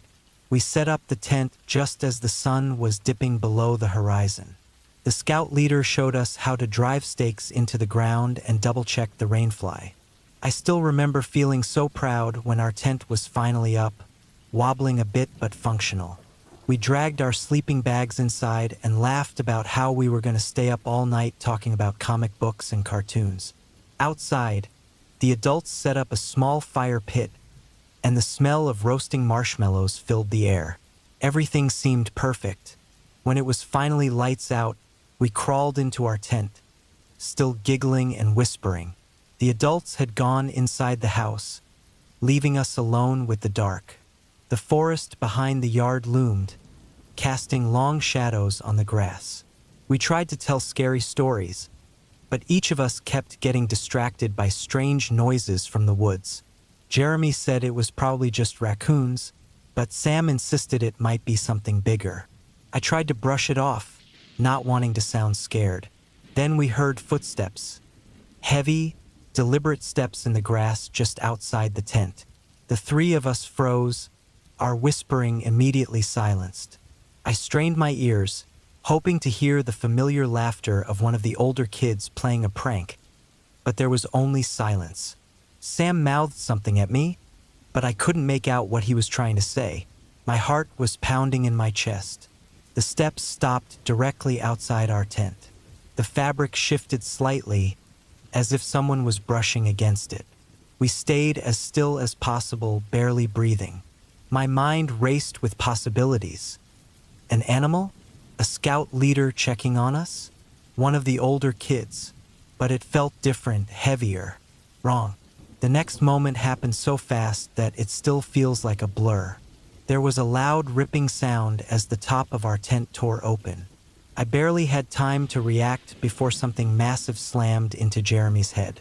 It was a blur of motion, an axe of all things slicing down through the thin nylon. Jeremy's eyes went wide, and blood immediately started streaming down his face. He didn't scream, didn't even make a sound. He just stared at us in shock. I remember the blood dripping down his forehead, mixing with the fabric of his sleeping bag. Time seemed to stop. For a second, I thought it was part of some cruel prank, like a fake prop or special effect, but the sheer horror in his eyes told me otherwise. He slumped forward, his body going limp. Sam and I scrambled out of the tent, not even bothering to unzip it properly. We tore through the backyard, screaming at the top of our lungs. The adults came running out of the house, confused and panicked. I tried to explain what had happened, but I was too hysterical to get the words out. By the time anyone made it back to the tent, whoever or whatever had attacked Jeremy was gone. The ambulance arrived quickly, the flashing lights illuminating the backyard. I watched as the paramedics loaded Jeremy onto a stretcher, his face pale and lifeless. They whisked him away into the night, and I never saw him again. The adults herded the rest of us inside, trying to calm us down with cookies and soft music, but it didn't help. The image of Jeremy's bloodied face was burned into my mind. The police showed up shortly after. They interviewed everyone, but no one had any answers. Some of the kids mentioned seeing older teenagers from the neighborhood hanging around earlier in the evening, possibly trying to mess with the tents. The adults suspected it was an accident, a prank gone horribly wrong, but deep down I wasn't so sure. There was something too deliberate about the way it all happened, like whoever did it knew exactly what they were doing. For years after that night, I avoided camping.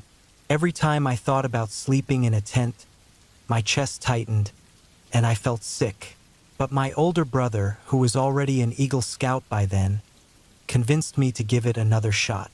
He had all these great stories about camping trips and adventures, and I didn't want to miss out.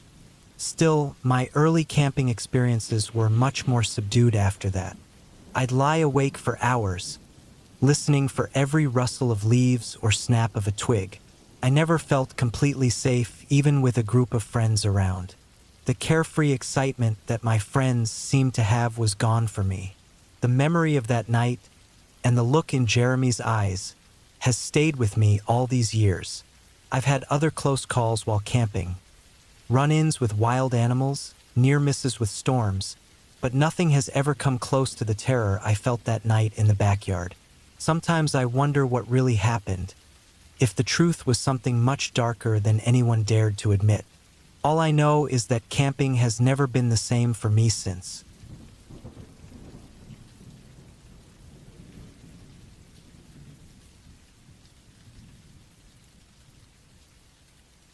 It was 2015, and I was part of a small backpacking group hiking in the rugged hills of eastern Tennessee.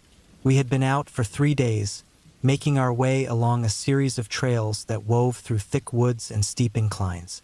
On that third day, our plan was to summit a smaller peak known locally as Bald Knob, a lesser-known counterpart to a nearby mountain that shared its name. It was an overcast day, but the weather was mild, with temperatures hovering in the 50s. Spirits were high, and we took our time enjoying the views as we made our way up. We reached the summit a little before noon. The view was incredible. Rolling hills stretched out for miles, and a low mist clung to the valleys below. Everyone pulled out their snacks, taking photos and chatting about the hike so far. I felt fine then, maybe a little tired but nothing unusual. After about half an hour, we started heading back down the trail. That's when everything went sideways, literally. I remember feeling slightly dizzy at first. I stopped, hoping it would pass, but it only got worse. Suddenly, the world tilted violently, and I dropped to my knees. The spinning was so intense it felt like the ground was pulling me in every direction at once. Then the nausea hit, and I started throwing up uncontrollably. My chest felt tight, my head pounded, and no matter how hard I tried, I couldn't focus my vision. I'd never experienced anything like it. I don't know how long I sat there, but eventually, our guide knelt beside me, trying to figure out what was going on. The group gathered around, but it was clear I couldn't keep going. After a while, the guide made the call for most of the group to continue on to camp while he stayed with me to wait for help. I felt horrible, not just physically, but because I knew I was slowing everyone down. Still, I couldn't even stand, let alone hike. The guide contacted emergency services, and we settled in to wait. The hours dragged by as my condition worsened.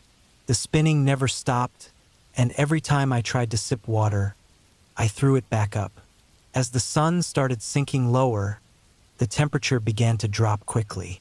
I was sweating and shaking all at once, and despite the guide's efforts to keep me warm, I felt the chill sinking into my bones. By the time an EMT reached us, it was nearly dark.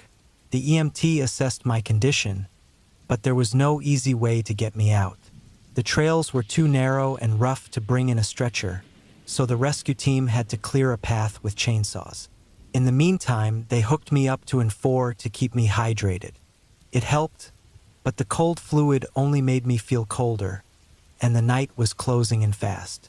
Temperatures had plummeted into the 20s, and I could feel my body growing weaker. The rescue team worked tirelessly, but progress was slow. The guide and EMT stayed with me, checking my vitals and doing everything they could to keep me stable. At one point, they debated whether to call in a helicopter. I remember hearing them discuss it, but I was so out of it I could barely process what was happening. All I could think about was how cold I was and how much I wanted the spinning to stop. It wasn't until around 9 p.m. that the rescue crew finally reached us. They loaded me onto a stretcher and began the painstaking process of carrying me down the newly cut trail. Every bump and jolt made my head spin even more, but I was too exhausted to care. After what felt like an eternity, we reached a spot where they could transfer me to an ATV. The ride down was rough, but it was faster, and before long, we reached the ambulance waiting at the trailhead. The hospital was about an hour away, and by the time we arrived, it was well past midnight. They ran a series of tests, blood work, a CT scan, even a test to check for a heart attack. Everything came back normal. It was frustrating and surreal to feel so awful yet have no clear answers. Around 3 a.m., they discharged me, even though I could barely stand. They offered to call a cab, but I had no idea where I'd go. The hospital was in the middle of nowhere, and I felt completely abandoned. I sat in the waiting area, unsure of what to do, until a nurse took pity on me. She led me to an empty room and brought me water and crackers, insisting I rest until morning. I can still remember how grateful I felt as she handed me a blanket. It wasn't much, but it was enough to get me through the night. The next morning, my backpacking group came back for me. They'd packed up camp early and driven straight to the hospital as soon as they could. Seeing their faces was a relief I can't put into words. I was still weak, but I knew I was lucky. Between the guide, the EMT, the rescue team, and that kind nurse, so many people had worked together to keep me safe. If it weren't for them, I don't know how things might have ended. Looking back, that day changed the way I think about the outdoors and about life in general. The wilderness is beautiful but unforgiving, and even a simple hike can turn dangerous in an instant. I'm more careful now, more prepared, but I also carry a deeper respect for the people who dedicate their lives to helping others. They saved me, and I'll never forget it.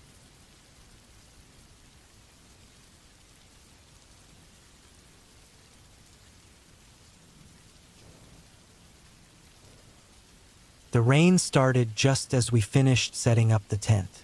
I knew there was a chance it might rain, but I didn't think it would come down this hard.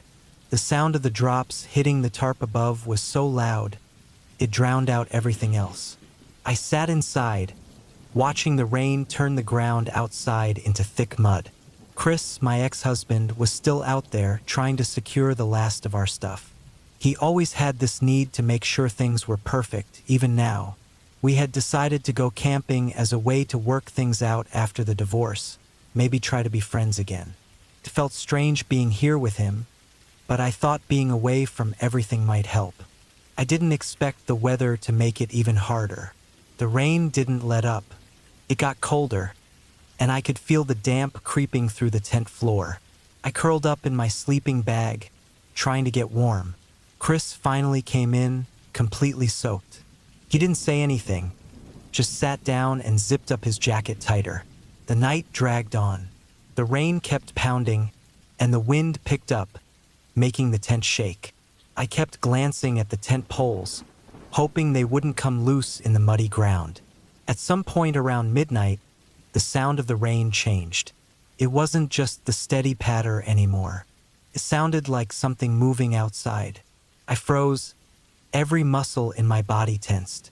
Chris looked up too. We didn't need to say anything to know this wasn't normal. I held my breath, straining to hear. It sounded like footsteps, but heavier than an animal. Slow, deliberate, circling the tent. I reached for the flashlight, but Chris shook his head, silently telling me not to. We stayed as still as we could, barely even breathing.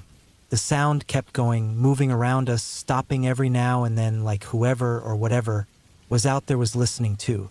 Then, just as suddenly, the footsteps stopped. The silence was worse than the sound. I kept staring at the thin walls of the tent, half expecting something to push through. Time felt like it had stopped. Then, out of nowhere, the sound started again. This time, it was farther away, heading toward the trees. It faded until all we could hear was the rain. Neither of us slept. We stayed awake, listening, waiting for the sound to come back. When the rain finally stopped, the sky was starting to lighten. We unzipped the tent and stepped out into the mess. The campsite was soaked, our gear scattered around. But what made my stomach drop were the tracks. They were boot prints, big, deep, and too precise to be random. They circled the tent, weaving around it like whoever made them had been watching us for hours. Some led toward the woods, but there were none coming back out. We didn't talk. We just packed up as fast as we could, shoving our muddy gear into bags. I kept looking toward the trees, expecting to see someone standing there. By the time we got to the car, my hands were shaking so badly, I could barely get the keys out. As we drove away, I couldn't stop thinking about those tracks. Someone had been there, walking around our tent, watching us. But the thought that chilled me the most was this. They had been there long enough to leave without us ever knowing. And if they could do that once, they could do it again.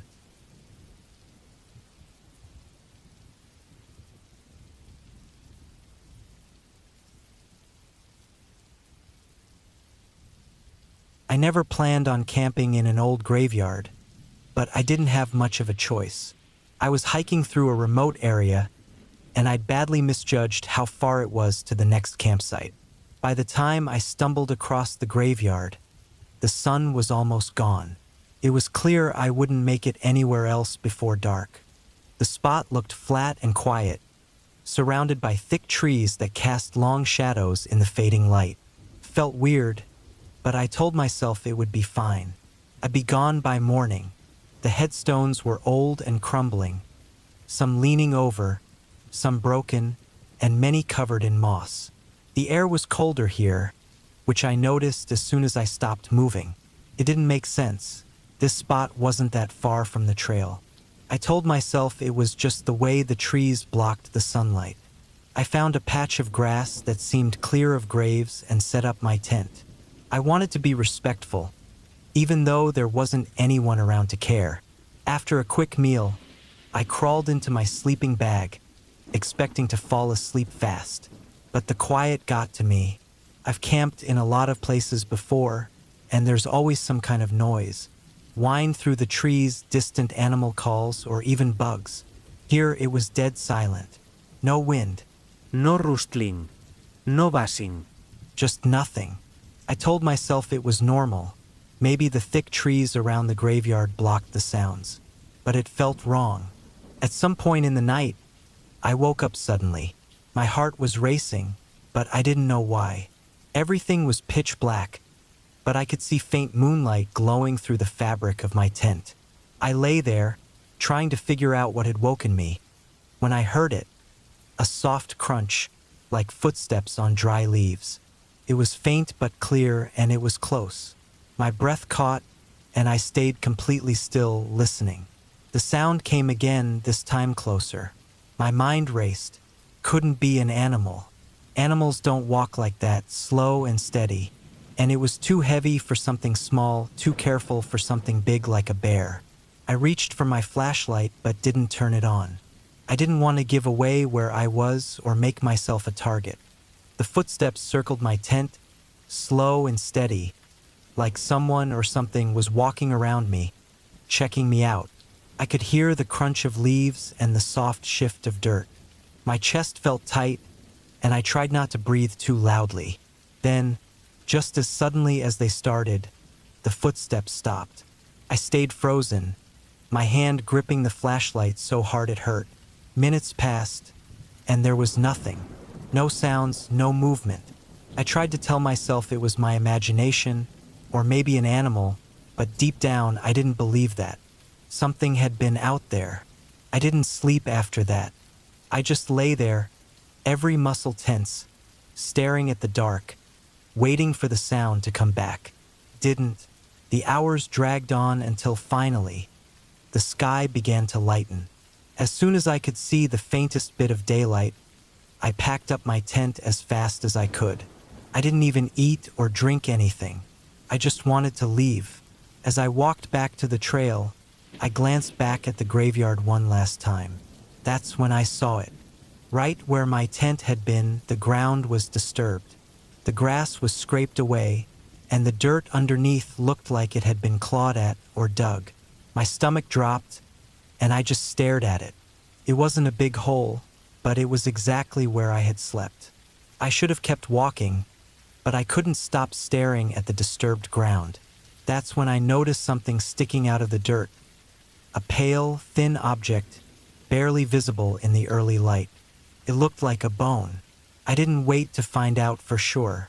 I turned and walked away as fast as I could without breaking into a run.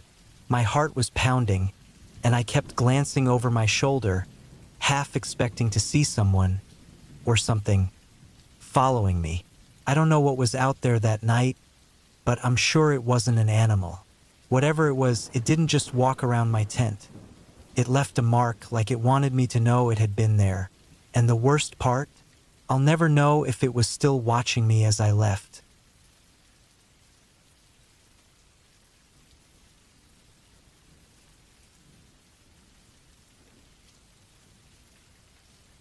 I'd been a sergeant for years, but when I was called to lead a search for a dangerous fugitive in the forest, something about it felt off. I'd done searches like this before, but this one stayed in the back of my mind. The man we were after wasn't just dangerous, he was desperate. Desperate people don't think clearly. They're unpredictable and willing to do anything to survive. We set up camp near the edge of the forest. The ground was uneven, and the trees grew thick, with bushes and vines covering the floor. It was the kind of place where someone could disappear easily if they knew what they were doing. And this guy did. He grew up out here. He knew every tree, every stream, every hiding spot. The first night was quiet, too quiet. We took turns keeping watch, listening to the hum of insects.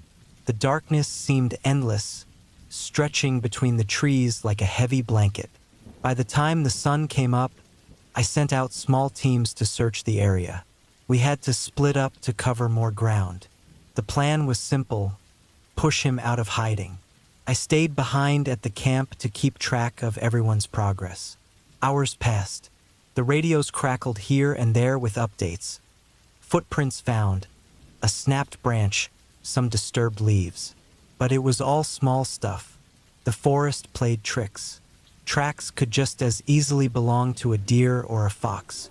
And the deeper you went, the more the shadows started to look like shapes moving in the trees. By the second day, I couldn't shake the uneasy feeling in my stomach. One team reported finding an old campsite. The fire pit was still warm. Whoever had been there had left recently. They marked the spot and kept moving, but I had to see it for myself. I took one other officer and headed to the site. When we got there, I felt it right away. It was hidden well, like whoever set it up wanted to stay invisible. It was rough, thrown together quickly, but it had been used not long ago. The fugitive was close, too close. He'd been watching us, I was sure of it. That night, I couldn't sleep. I lay in my tent, staring at the ceiling, listening to the forest. Every sound, the rustling leaves, the snapping branches, felt louder than it should. My mind kept running over the same thought. We weren't chasing him anymore. He was hunting us. On the third morning, the forest felt different. The usual chirping of birds and buzzing of insects was gone.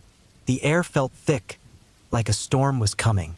As we were getting ready to head out, something stopped me cold. A single set of footprints led into our camp, straight to my tent. I followed them, heart pounding. They ended right outside my tent flap. Someone had been standing there, just feet away from me while I slept. The thought made my skin crawl. He wasn't running anymore. He was toying with us, letting us know how close he could get without us noticing. We decided to regroup and call for backup. He knew the forest too well, and we were at a disadvantage. But as we packed up, a sharp whistle came from somewhere in the trees.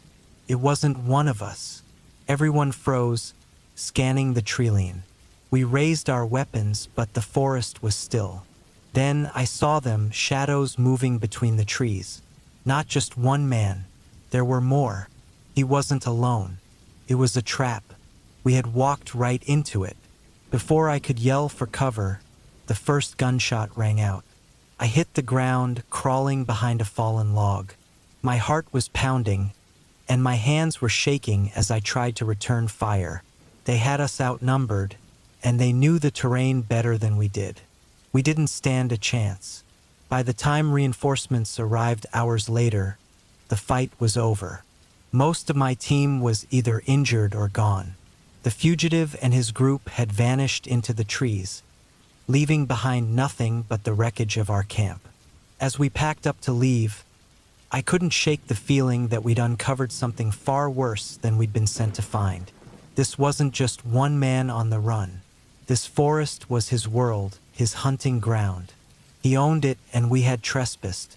The forest didn't feel like just trees and wildlife anymore. It felt alive, like it had been watching us the whole time, waiting for its moment to strike. And as we drove away, I realized something that still keeps me up at night. It wasn't over. Not for him and not for us. We had left the forest, but it hadn't let us go.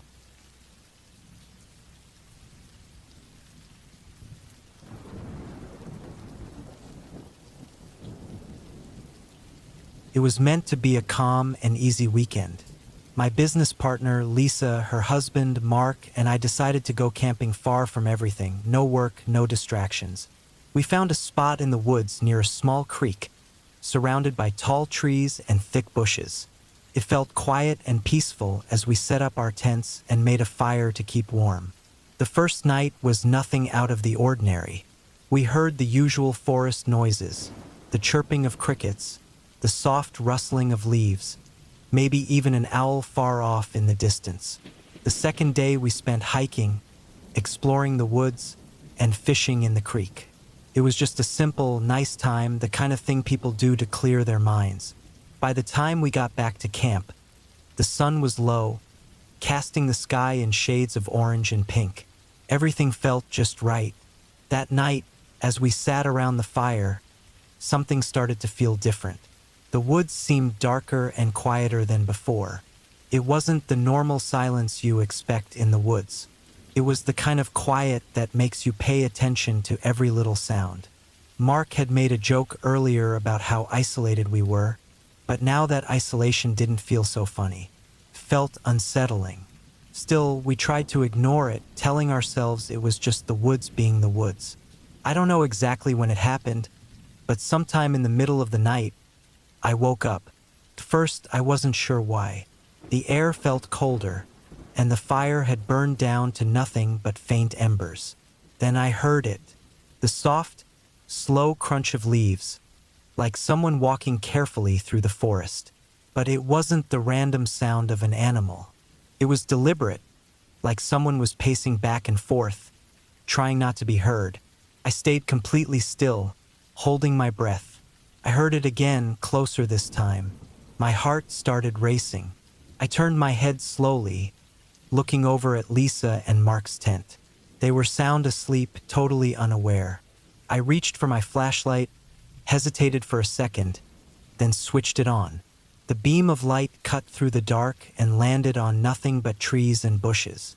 The footsteps stopped. I stayed frozen for what felt like forever, listening to my own breathing and my heart pounding in my ears. Nothing else happened. No more sounds. I convinced myself it was just an animal, maybe a deer or something else, and I slowly let myself drift back to sleep. In the morning, Lisa and Mark noticed I seemed a little off, but I didn't want to freak them out.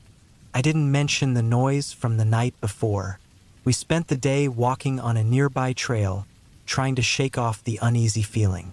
I told myself it was just nerves, that I wasn't used to the woods. I told myself everything was fine. That night, though, everything changed. It was around 2 a.m. when I woke up again. This time, I knew exactly why. There was movement outside the tent. It wasn't the usual sounds of animals. It was louder, heavier, like someone was dragging something across the ground.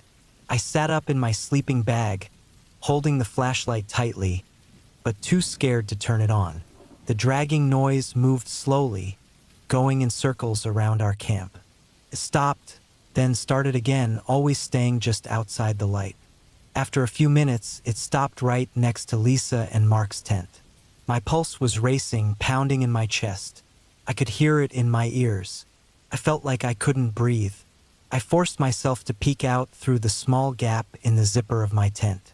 In the weak moonlight, I saw him, a man standing right next to their tent, barely moving. His clothes were old and torn, covered in dirt. He was holding something long, a pipe or maybe a stick, couldn't tell. He just stood there, staring at the tent, like he was waiting for something or deciding something. I didn't know what to do. I couldn't even reach for my phone. I knew there was no signal out here, and even if there was, I couldn't think straight. All I could do was watch him. My body was frozen. The man stayed still for a long time, not moving a muscle. Then, slowly, he started dragging whatever he was holding behind him. He moved quietly, just walking away into the darkness. I didn't sleep the rest of the night.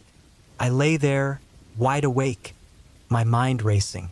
When the first light of morning came, I woke Lisa and Mark, telling them we needed to leave. I said I wasn't feeling well, but they didn't argue.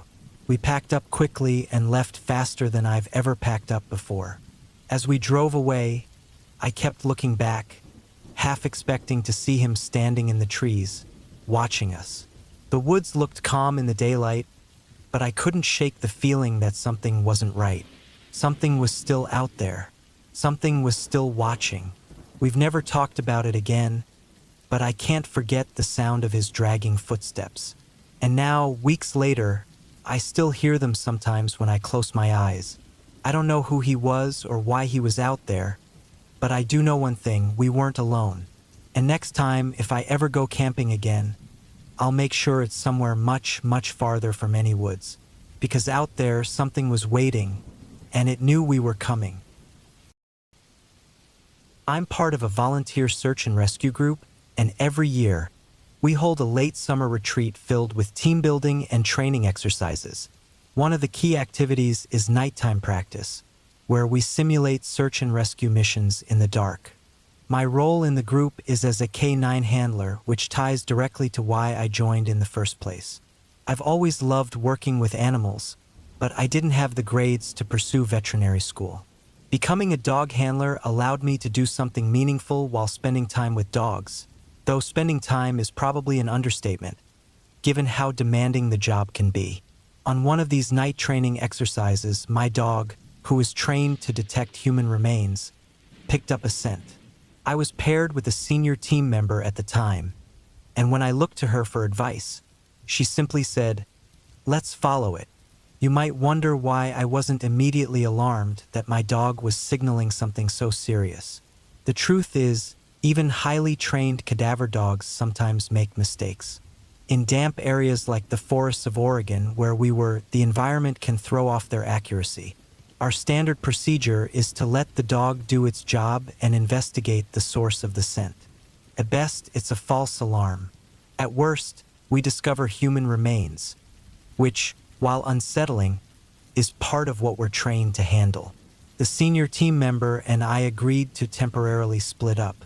She stayed on the trail while I followed the dog into the woods, thinking it would only take a few minutes before my dog lost the trail and we'd rejoin the group.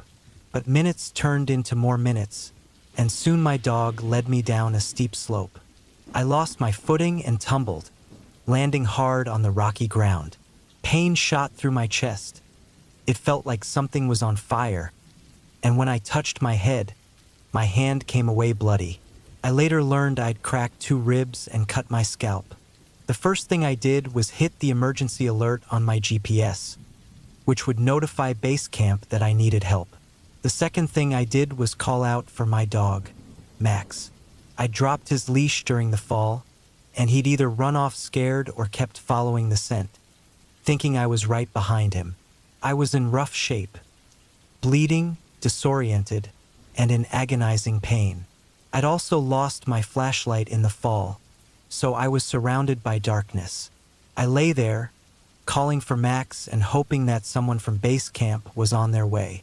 I don't know how long I was lying there before I heard footsteps approaching. Relief washed over me as I called out, "I'm here.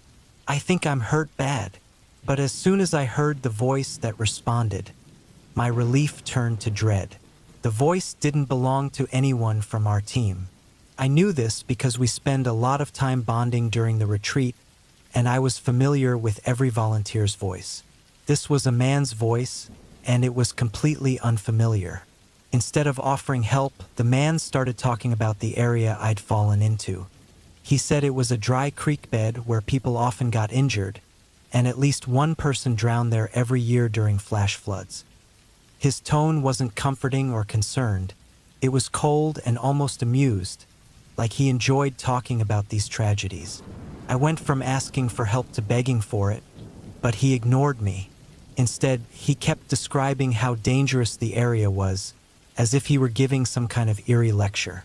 When I got frustrated and snapped at him, asking why he wasn't helping me, he replied, "You're not in a position to talk to me like that." A chill ran down my spine. I started screaming for help, even though the effort sent stabbing pain through my chest. Then I heard Max. He's an Australian Shepherd mix, and he's a very vocal dog. His howls and barks were unmistakable, and they sounded like he was trying to guide me to him, or the other way around. As soon as Max's noises got louder, the man went silent. I heard his footsteps retreating as Max's got closer. A minute or 2 later, more footsteps approached, this time accompanied by flashlights.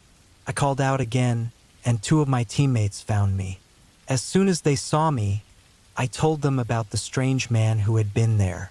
One of them immediately shone his flashlight around, while the other asked if I'd been pushed. They were clearly worried that the man might have caused my fall. I assured them that the fall was an accident, but I couldn't explain why the man had been there or why he acted so strangely. He hadn't helped me, but it seemed like he'd been watching from somewhere nearby. The team stayed with me until a medic arrived with an ATV to get me back to camp. From there, I was taken to a small clinic, where the doctors confirmed my broken ribs and treated my head wound. Once I was stable, my teammates relaxed a little, but I couldn't stop thinking about the man in the woods. The next morning, I told everyone about him. His warnings about the creek bed didn't feel like concern. They felt like threats. A week later, after I'd been discharged from the hospital, I got a call from the senior team member I'd been partnered with. She asked how I was doing, then mentioned that other volunteers had reported seeing a man wandering the woods that night. After discussing it, the team decided to move next year's retreat to a different location. In the words of one of our leaders, "We're not taking chances with that guy showing up again."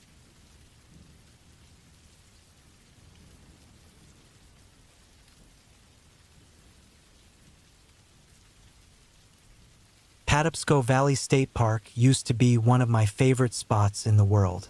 I grew up just outside of Baltimore, in a place called Woodridge. Some of you might recognize the name, though probably not for good reasons. I went to Woodridge High School, the same one attended by Adnan S. and Heyman L., whose tragic story was made famous by the Serial podcast. For those who don't know, Serial was one of the first big true crime podcasts, focusing on the case of Adnan's alleged murder of his girlfriend, Heyman. The podcast cast a long shadow over Woodridge and made Baltimore's already poor reputation even worse. I used to love both my hometown and the nearby areas, spending way too much time defending them online. But one day, everything changed. So much so that I swore I'd never set foot in Patapsco Valley State Park again. It was the summer of 2014, and my girlfriend at the time and I decided to go camping. Patapsco had plenty of great camping spots, each with its own picnic table and fire pit. I'd grown up hiking and camping there, so I knew the park like the back of my hand. I especially loved a hidden stretch of trail running between the river and some train tracks. It was secluded, peaceful, and felt like something out of a fairy tale, so I thought it'd be the perfect spot to impress my girlfriend. After finding an empty campsite and setting everything up, we crossed the train tracks and headed toward the river. About 10 or 15 minutes into the hike, my girlfriend was captivated by the scenery, taking dozens of pictures on her phone. Suddenly, we heard voices on the other side of the river. The river isn't very wide, but the thick summer foliage blocked our view. That is, until someone suddenly burst out of the bushes and sprinted into the water. The person looked terrified, and as they ran, they tripped over something, a rock, maybe, and fell hard into the river. I was about to run toward them to see if they needed help, but before I could move, the person scrambled to their feet, turned around and shouted, "No, please, no." Then we heard 3 gunshots, bang, bang, bang. The person collapsed backward into the river. It happened so quickly, voices, a fall, then gunshots, and suddenly someone was dead. Before the body had even fully hit the water, my girlfriend and I turned and ran as fast as we could. In an instant, my excitement for the day turned into sheer panic. We weren't being shot at, but the thought of someone willing to do such a thing made it clear they wouldn't want witnesses either. As we ran, I couldn't help but slow myself down slightly to shield my girlfriend. It wasn't some heroic move. It was pure instinct. I just kept thinking, if someone's going to get shot, let it be me, not her. That thought haunted me the entire way back. I hoped desperately that if a bullet did hit me, it wouldn't pass through and hurt her too. My girlfriend was incredible. She ran like her life depended on it, stayed completely silent, and didn't slow down until we were safely across the tracks. Those minutes were the most terrifying of my life. If I'd been alone, or maybe with a buddy, it still would have been horrifying. But having my girlfriend with me made it so much worse. There's something about knowing you can't fully protect the person you care about in a life or death situation that sticks with you. Thankfully, we got out of there safely. Once we were far enough away, we called the police and reported everything. But as far as I know, the person who was shot hasn't been identified, and the killer was never caught. I haven't been back to Patapsco since, and I doubt I ever will. The memories of that day are still too fresh, and the thought of how close we came to danger keeps me up some nights.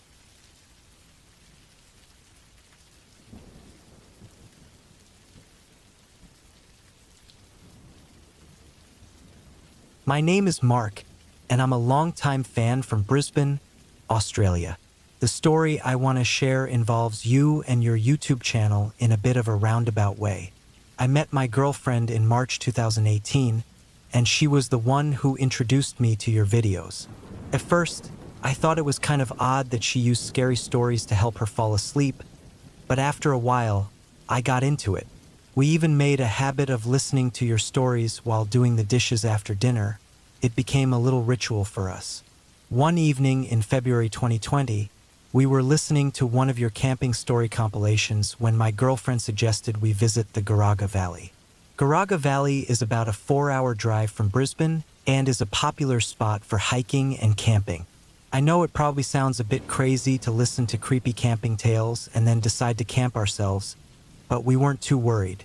Rural crime is rare, and we didn't feel like we'd be in any real danger. Looking back now, though, what happened next was grimly ironic. We drove out to Garaga on March 14, 2020. After buying some camping gear online, we set off to find a nice spot to pitch our tent. On the way, we noticed a couple standing just off the trail. About 10 or 15 meters away from them, there was a burned-out Uda and what looked like the charred remains of a tent. The couple, a man and a woman, both looking to be in their late 20s, seemed concerned. The man was pacing back and forth with his phone to his ear, looking visibly distressed. At first, I assumed they'd somehow set their campsite on fire and accidentally torched their Uda along with it. We weren't too focused on figuring out what had happened, though. We just wanted to make sure they were okay. As we walked closer, the man finished his phone call and turned to greet us. He explained that the burned-out site wasn't theirs. They had just stumbled upon it, like we had. He had called the police to report it, as it was obvious the fire was recent. The smell of burned wood and plastic was still strong in the air. What stood out, though, was that the man said there was untouched food at the campsite, newly bought items, which made him think this wasn't just some kids destroying property for fun. The couple had done the right thing by calling the authorities, so after checking they were okay, my girlfriend and I continued on our way. We didn't think anything sinister was going on at the time. It seemed like a tragic accident, and there were no signs of foul play, no blood, no visible injuries, nothing alarming. A couple of days after we returned home, my girlfriend sent me a link to a local news article. The burned-out Uda and tent we'd seen belonged to an elderly couple who had gone camping in the valley. However, they had never returned home and were now listed as missing. Police were appealing for information, so my girlfriend and I got in touch. Unfortunately, we weren't much help. We'd been in the valley for 2 nights but hadn't seen or heard anything suspicious other than the burned campsite. For a while, we wondered if the couple we'd met near the site could have been involved somehow. After all, we had no way to verify that they'd called the police. But when we mentioned them to the authorities, they assured us they'd already interviewed the person who made the report. We were just being paranoid. The couple we met had nothing to do with the elderly couple's disappearance. We only found out for sure about 18 months later, when the missing couple's bodies were discovered. It was devastating but not surprising. We assumed they'd been injured in a fire and had gotten lost or succumbed to the elements. My girlfriend speculated that they might have inhaled toxic smoke or suffered burns that led to infections. It seemed like a tragic accident. But then the truth came out. It wasn't an accident at all. The elderly couple had been murdered. Their Uda and tent had been burned to destroy evidence.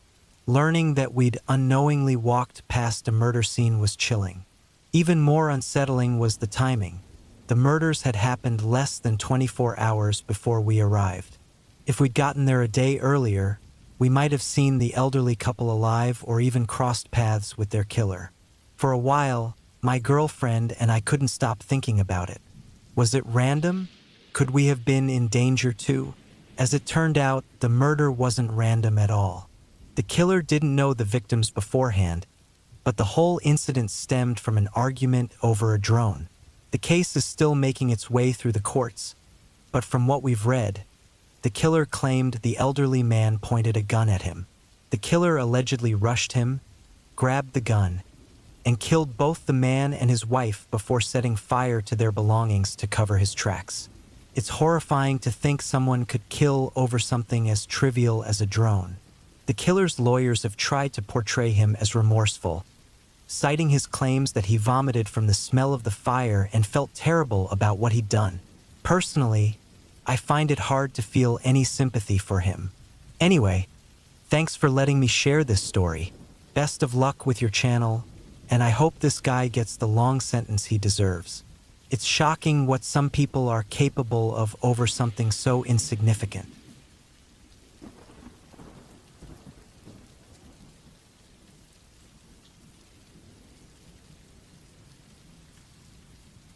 The arguments always began the same way. You'll never catch me stepping foot in one of those national parks filled with nothing but RV driving tourists. He liked to call himself old-fashioned, though that term barely scratched the surface. If it wasn't made from canvas or leather, he dismissed it as flimsy modern junk. My mom tried more than once to convince him to use things like nylon tents, but he wasn't having any of it. He insisted on lugging that heavy, musty wall tent everywhere we camped. And don't get me started on the kerosene cans that leaked all over our gear. He seemed like a man born in the wrong century. The phrase "roughing it" must have been invented just for him. We endured his outdated camping habits until my younger brother's brush with death forced him to rethink his ways. In the late 80s, my dad had a tradition of taking us camping in the national forests every Thanksgiving. The weather was usually mild, and the forests were breathtakingly beautiful. I can still smell the pine trees. For reasons I didn't understand at the time, our trips always overlapped with hunting season. Dad had apparently hunted before marrying Mom, but she put an end to it. I think these trips were his way of pushing back a little. Gunshots near camp became so normal that no one thought twice about them. My brother Sam and I were left to roam the woods unsupervised. Back then, no one worried about the risks of two kids wandering around with hunters nearby. It was just the way things were. We'd leave camp at dawn, explore until lunch, then head back out until dinner. One particular Thanksgiving, Sam and I had been crawling and running through the underbrush all day. We were obsessed with G.I. Joe and action movies at the time, and playing war in our camo clothes was our favorite pastime. Sam had just turned 9 and gotten a pair of cheap walkie-talkies for his birthday. They weren't great, but we thought they were the coolest thing ever. After lunch, we went back to the woods. I don't remember exactly what I was doing, but Sam was sneaking around, trying to ambush me. I was sitting on a fallen log when a loud bang shattered the quiet, followed by a sharp whistle near my head. I froze, dropping to the ground instinctively. Seconds later, I heard a faint moan in the distance. I called for Sam on the walkie-talkie, but there was no response. Panic started to set in. I called again, louder this time, but still got no answer. Instead, I thought I heard my name faintly in the wind. I yelled out, telling Sam the game was over and that he needed to answer me. Silence. Then, I heard rustling nearby, followed by another faint moan. My heart raced as I ran toward the sound. After about 20 yards, I stopped and crouched low, scanning the ground. That's when I saw the bottom of a sneaker sticking out from under some bushes. It was Sam's shoe. I rushed over, and the sight still haunts me. Sam was lying there, pale and terrified, with blood soaking the ground beneath him. He'd been shot just below his arm. I wanted to cry, but I knew I had to stay calm. I lifted him in my arms and started running back toward camp. He was too heavy for me, but I didn't stop until I absolutely had to. I set him down and he whispered weakly, telling me to get help. Fighting back tears, I sprinted the rest of the way to camp. Mom must have sensed something was wrong because she yelled for Dad as soon as she saw me. He ran out, took one look at me and asked, "How bad is it?" Too out of breath to speak, I just pointed toward the woods. He took off immediately.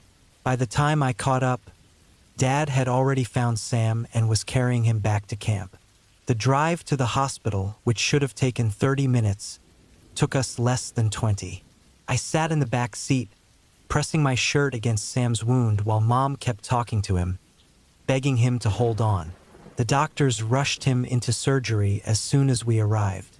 Those hours were a blur. The surgery was touch and go, and I later learned that Sam's heart had stopped more than once. But by midnight, the doctors gave us cautious good news. Sam would recover fully. The police showed up to investigate, questioning us about the shooting. It was the first time I truly grasped that I could have been the one hit. The prevailing theory was that a poacher mistook Sam for a deer and fired blindly. Sam spent weeks in the hospital. We stayed in a nearby motel, and for the first time, Dad gave up on camping for the season. He never said it outright, but the whole ordeal changed him. Over the years, we never returned to that forest. Instead, we started camping in safer, more family-friendly parks. Places like Yosemite and the Grand Canyon became our go-to spots, and those holidays were some of the most peaceful times I can remember. Now, decades later, Sam is fully recovered and has a family of his own. We never found out who fired the shot that day, but in the end, something good came of it. We learned the value of safety and how to truly enjoy the great outdoors.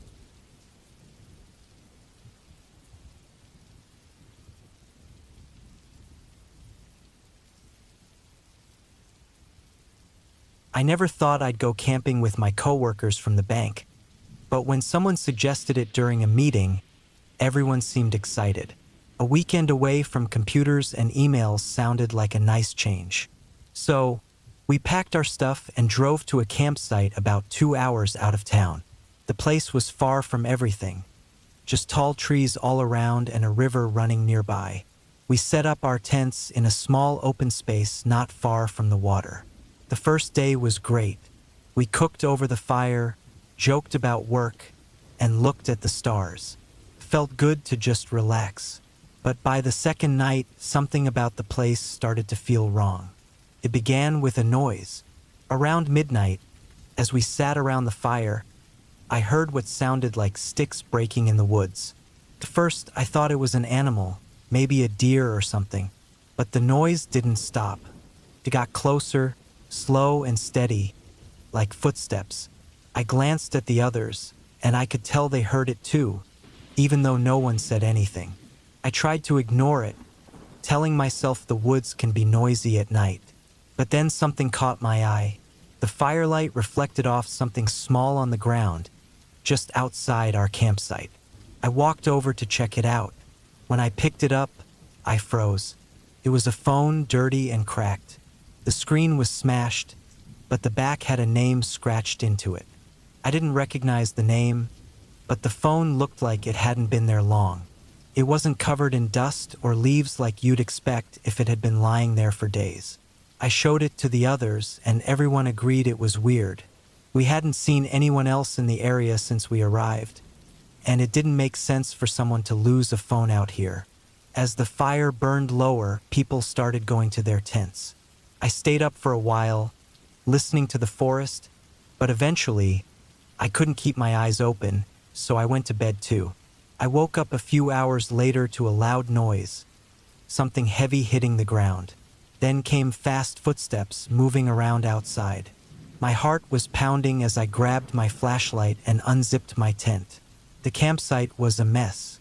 2 of the tents had been cut open, and everyone's stuff was scattered all over. The others were out of their tents, looking around with wide eyes. No one could figure out what had happened. Then someone pointed to the edge of the clearing. There were footprints in the dirt, fresh and deep. They were bigger than any of ours and led straight back into the woods. We didn't stick around to find out who made them. We packed up in a rush, stuffing our things into our bags without folding or sorting. By the time the sun started coming up, we were already driving back to the city. I kept thinking about that phone. Who did it belong to? Why was it out there? And why did someone or something slash our tents and watch us from the woods? I couldn't let it go, so I looked up missing person reports near that campsite, but I didn't find anything. The whole thing didn't make sense. A few weeks later, I saw something on the news about another group camping in the same area. They'd gone missing. The search teams found their gear ripped apart, but no sign of the people. That's when I realized we had been lucky. We got out in time, but I can't shake the feeling that whatever was out there that night had been watching us the whole time, waiting. I haven't been camping since, and I never will again. Some places aren't empty. Some places are waiting for you to let your guard down.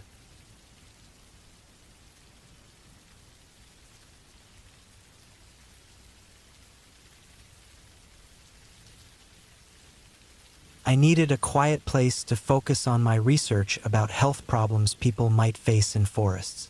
Camping out deep in the woods seemed like the best idea. No noise, no people, just nature and my work. I picked a spot that was far from any road, far from anyone. I thought the peace and quiet would be perfect. I set up my tent in a small open space surrounded by thick trees. The first day went well. I took notes, collected samples, and studied how the plants grew in this area. By evening, I had a small fire going, and everything felt calm. It was the kind of calm that clears your head and makes you think better. That night, I didn't sleep much. I kept waking up to the sounds of owls hooting or small animals moving in the bushes. It didn't bother me, though. That's just how the forest is, I thought. The second night felt different.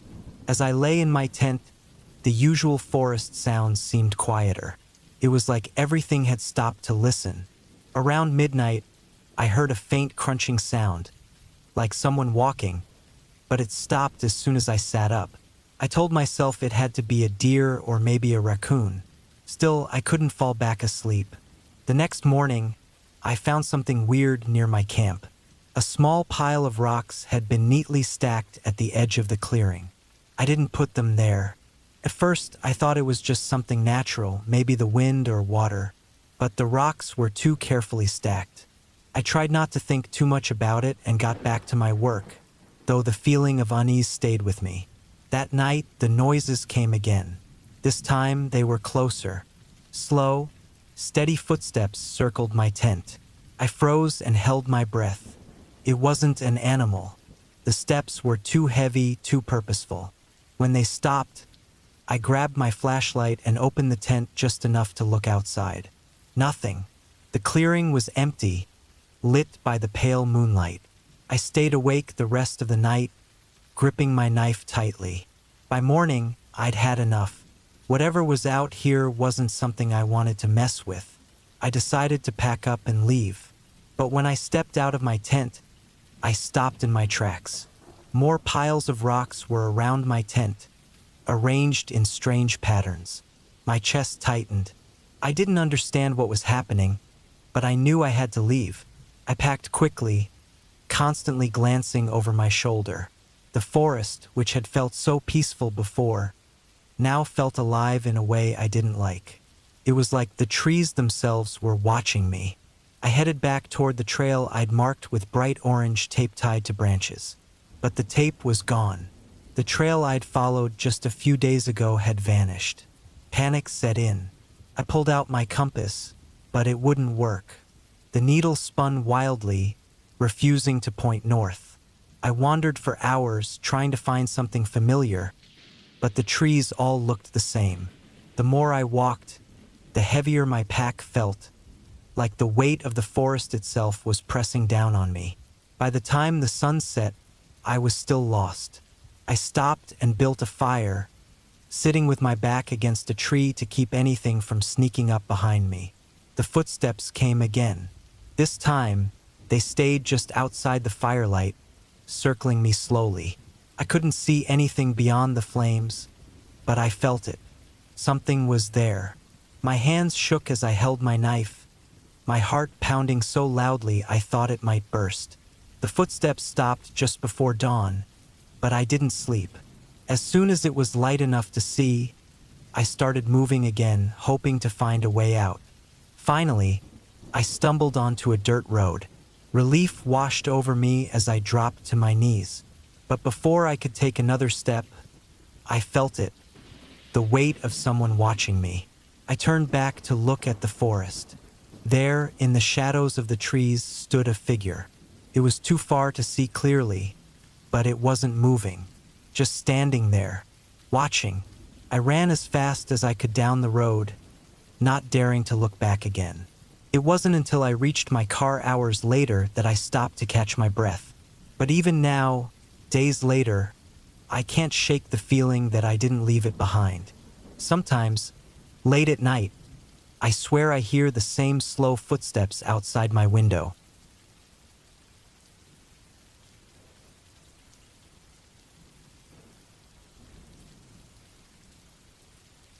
The rain started slow, soft drops tapping on the top of my tent. It had been a quiet evening. Just me, my gear, and the calm of the woods. I'd picked a spot close to a river, thinking the sound of the water would help me sleep. First, it did. The rain added to the peacefulness, making it feel even cozier inside my little tent. But as the rain got heavier, the calm started to fade. The light tapping turned into loud drumming, and I could hear it pouring all around me. I checked the edges of the tent, making sure no water was leaking in, then pulled my sleeping bag tighter around me. The air felt damp, and the ground beneath me seemed softer, like it was starting to give way under the weight of the water. I thought it was just the rain soaking into the dirt. Then I felt something cold on my arm. A thin stream of water was running into the tent and pooling in one corner. The small trench I dug earlier to keep water away clearly wasn't working. I grabbed a towel from my bag and started soaking up the water, trying to stay calm.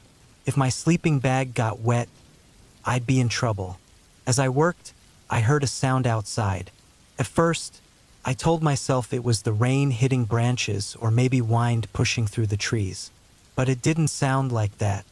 It sounded like someone or something moving.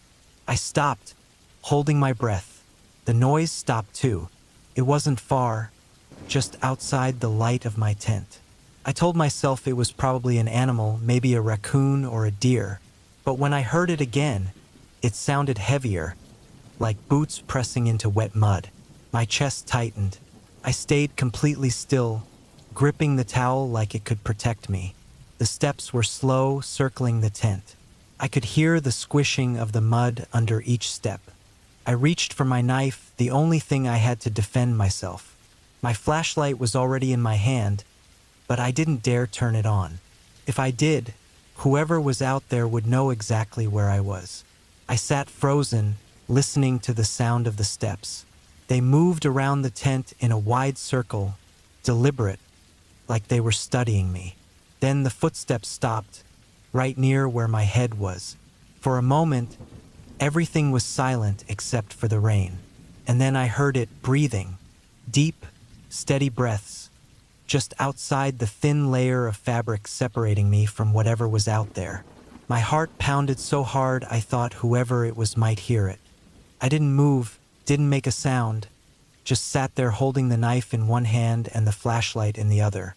My mind raced with what I should do. Should I yell? Make a run for it? Stay still and hope they went away? Every choice felt wrong. The breathing stopped suddenly, and I thought for a second they had left. Then I heard the steps again, slow and heavy, moving away into the rain. They didn't rush, didn't stumble, just walked off like they weren't in any hurry. I stayed frozen long after the sound had faded. I didn't hear anything else for the rest of the night, but I couldn't sleep. I stayed curled up in my sleeping bag, clutching the knife, listening to the rain. When morning came, the forest was quiet, like nothing had happened. I unzipped the tent slowly and stepped out, half expecting to see something, or someone, waiting for me. Instead, all I found were muddy footprints. They were everywhere, circling my tent over and over. They weren't animal tracks. They were boot prints. What really got me, though, was where the prints ended. They didn't lead to the trail or the river. They just stopped about 20 feet away, right in the middle of the woods, like whoever it was had simply vanished. As I packed up my gear, I kept looking around, half expecting to see someone watching me from the trees. My hands were shaking so badly it took me twice as long to get everything packed. I left as fast as I could, not stopping once to rest. I haven't been back to that spot since. Sometimes, late at night, I think about those footprints, about how they circled my tent over and over while I was inside, about how they ended in the middle of nowhere. And sometimes, when I'm lying in bed, I swear I can hear the sound of slow, heavy steps outside my window.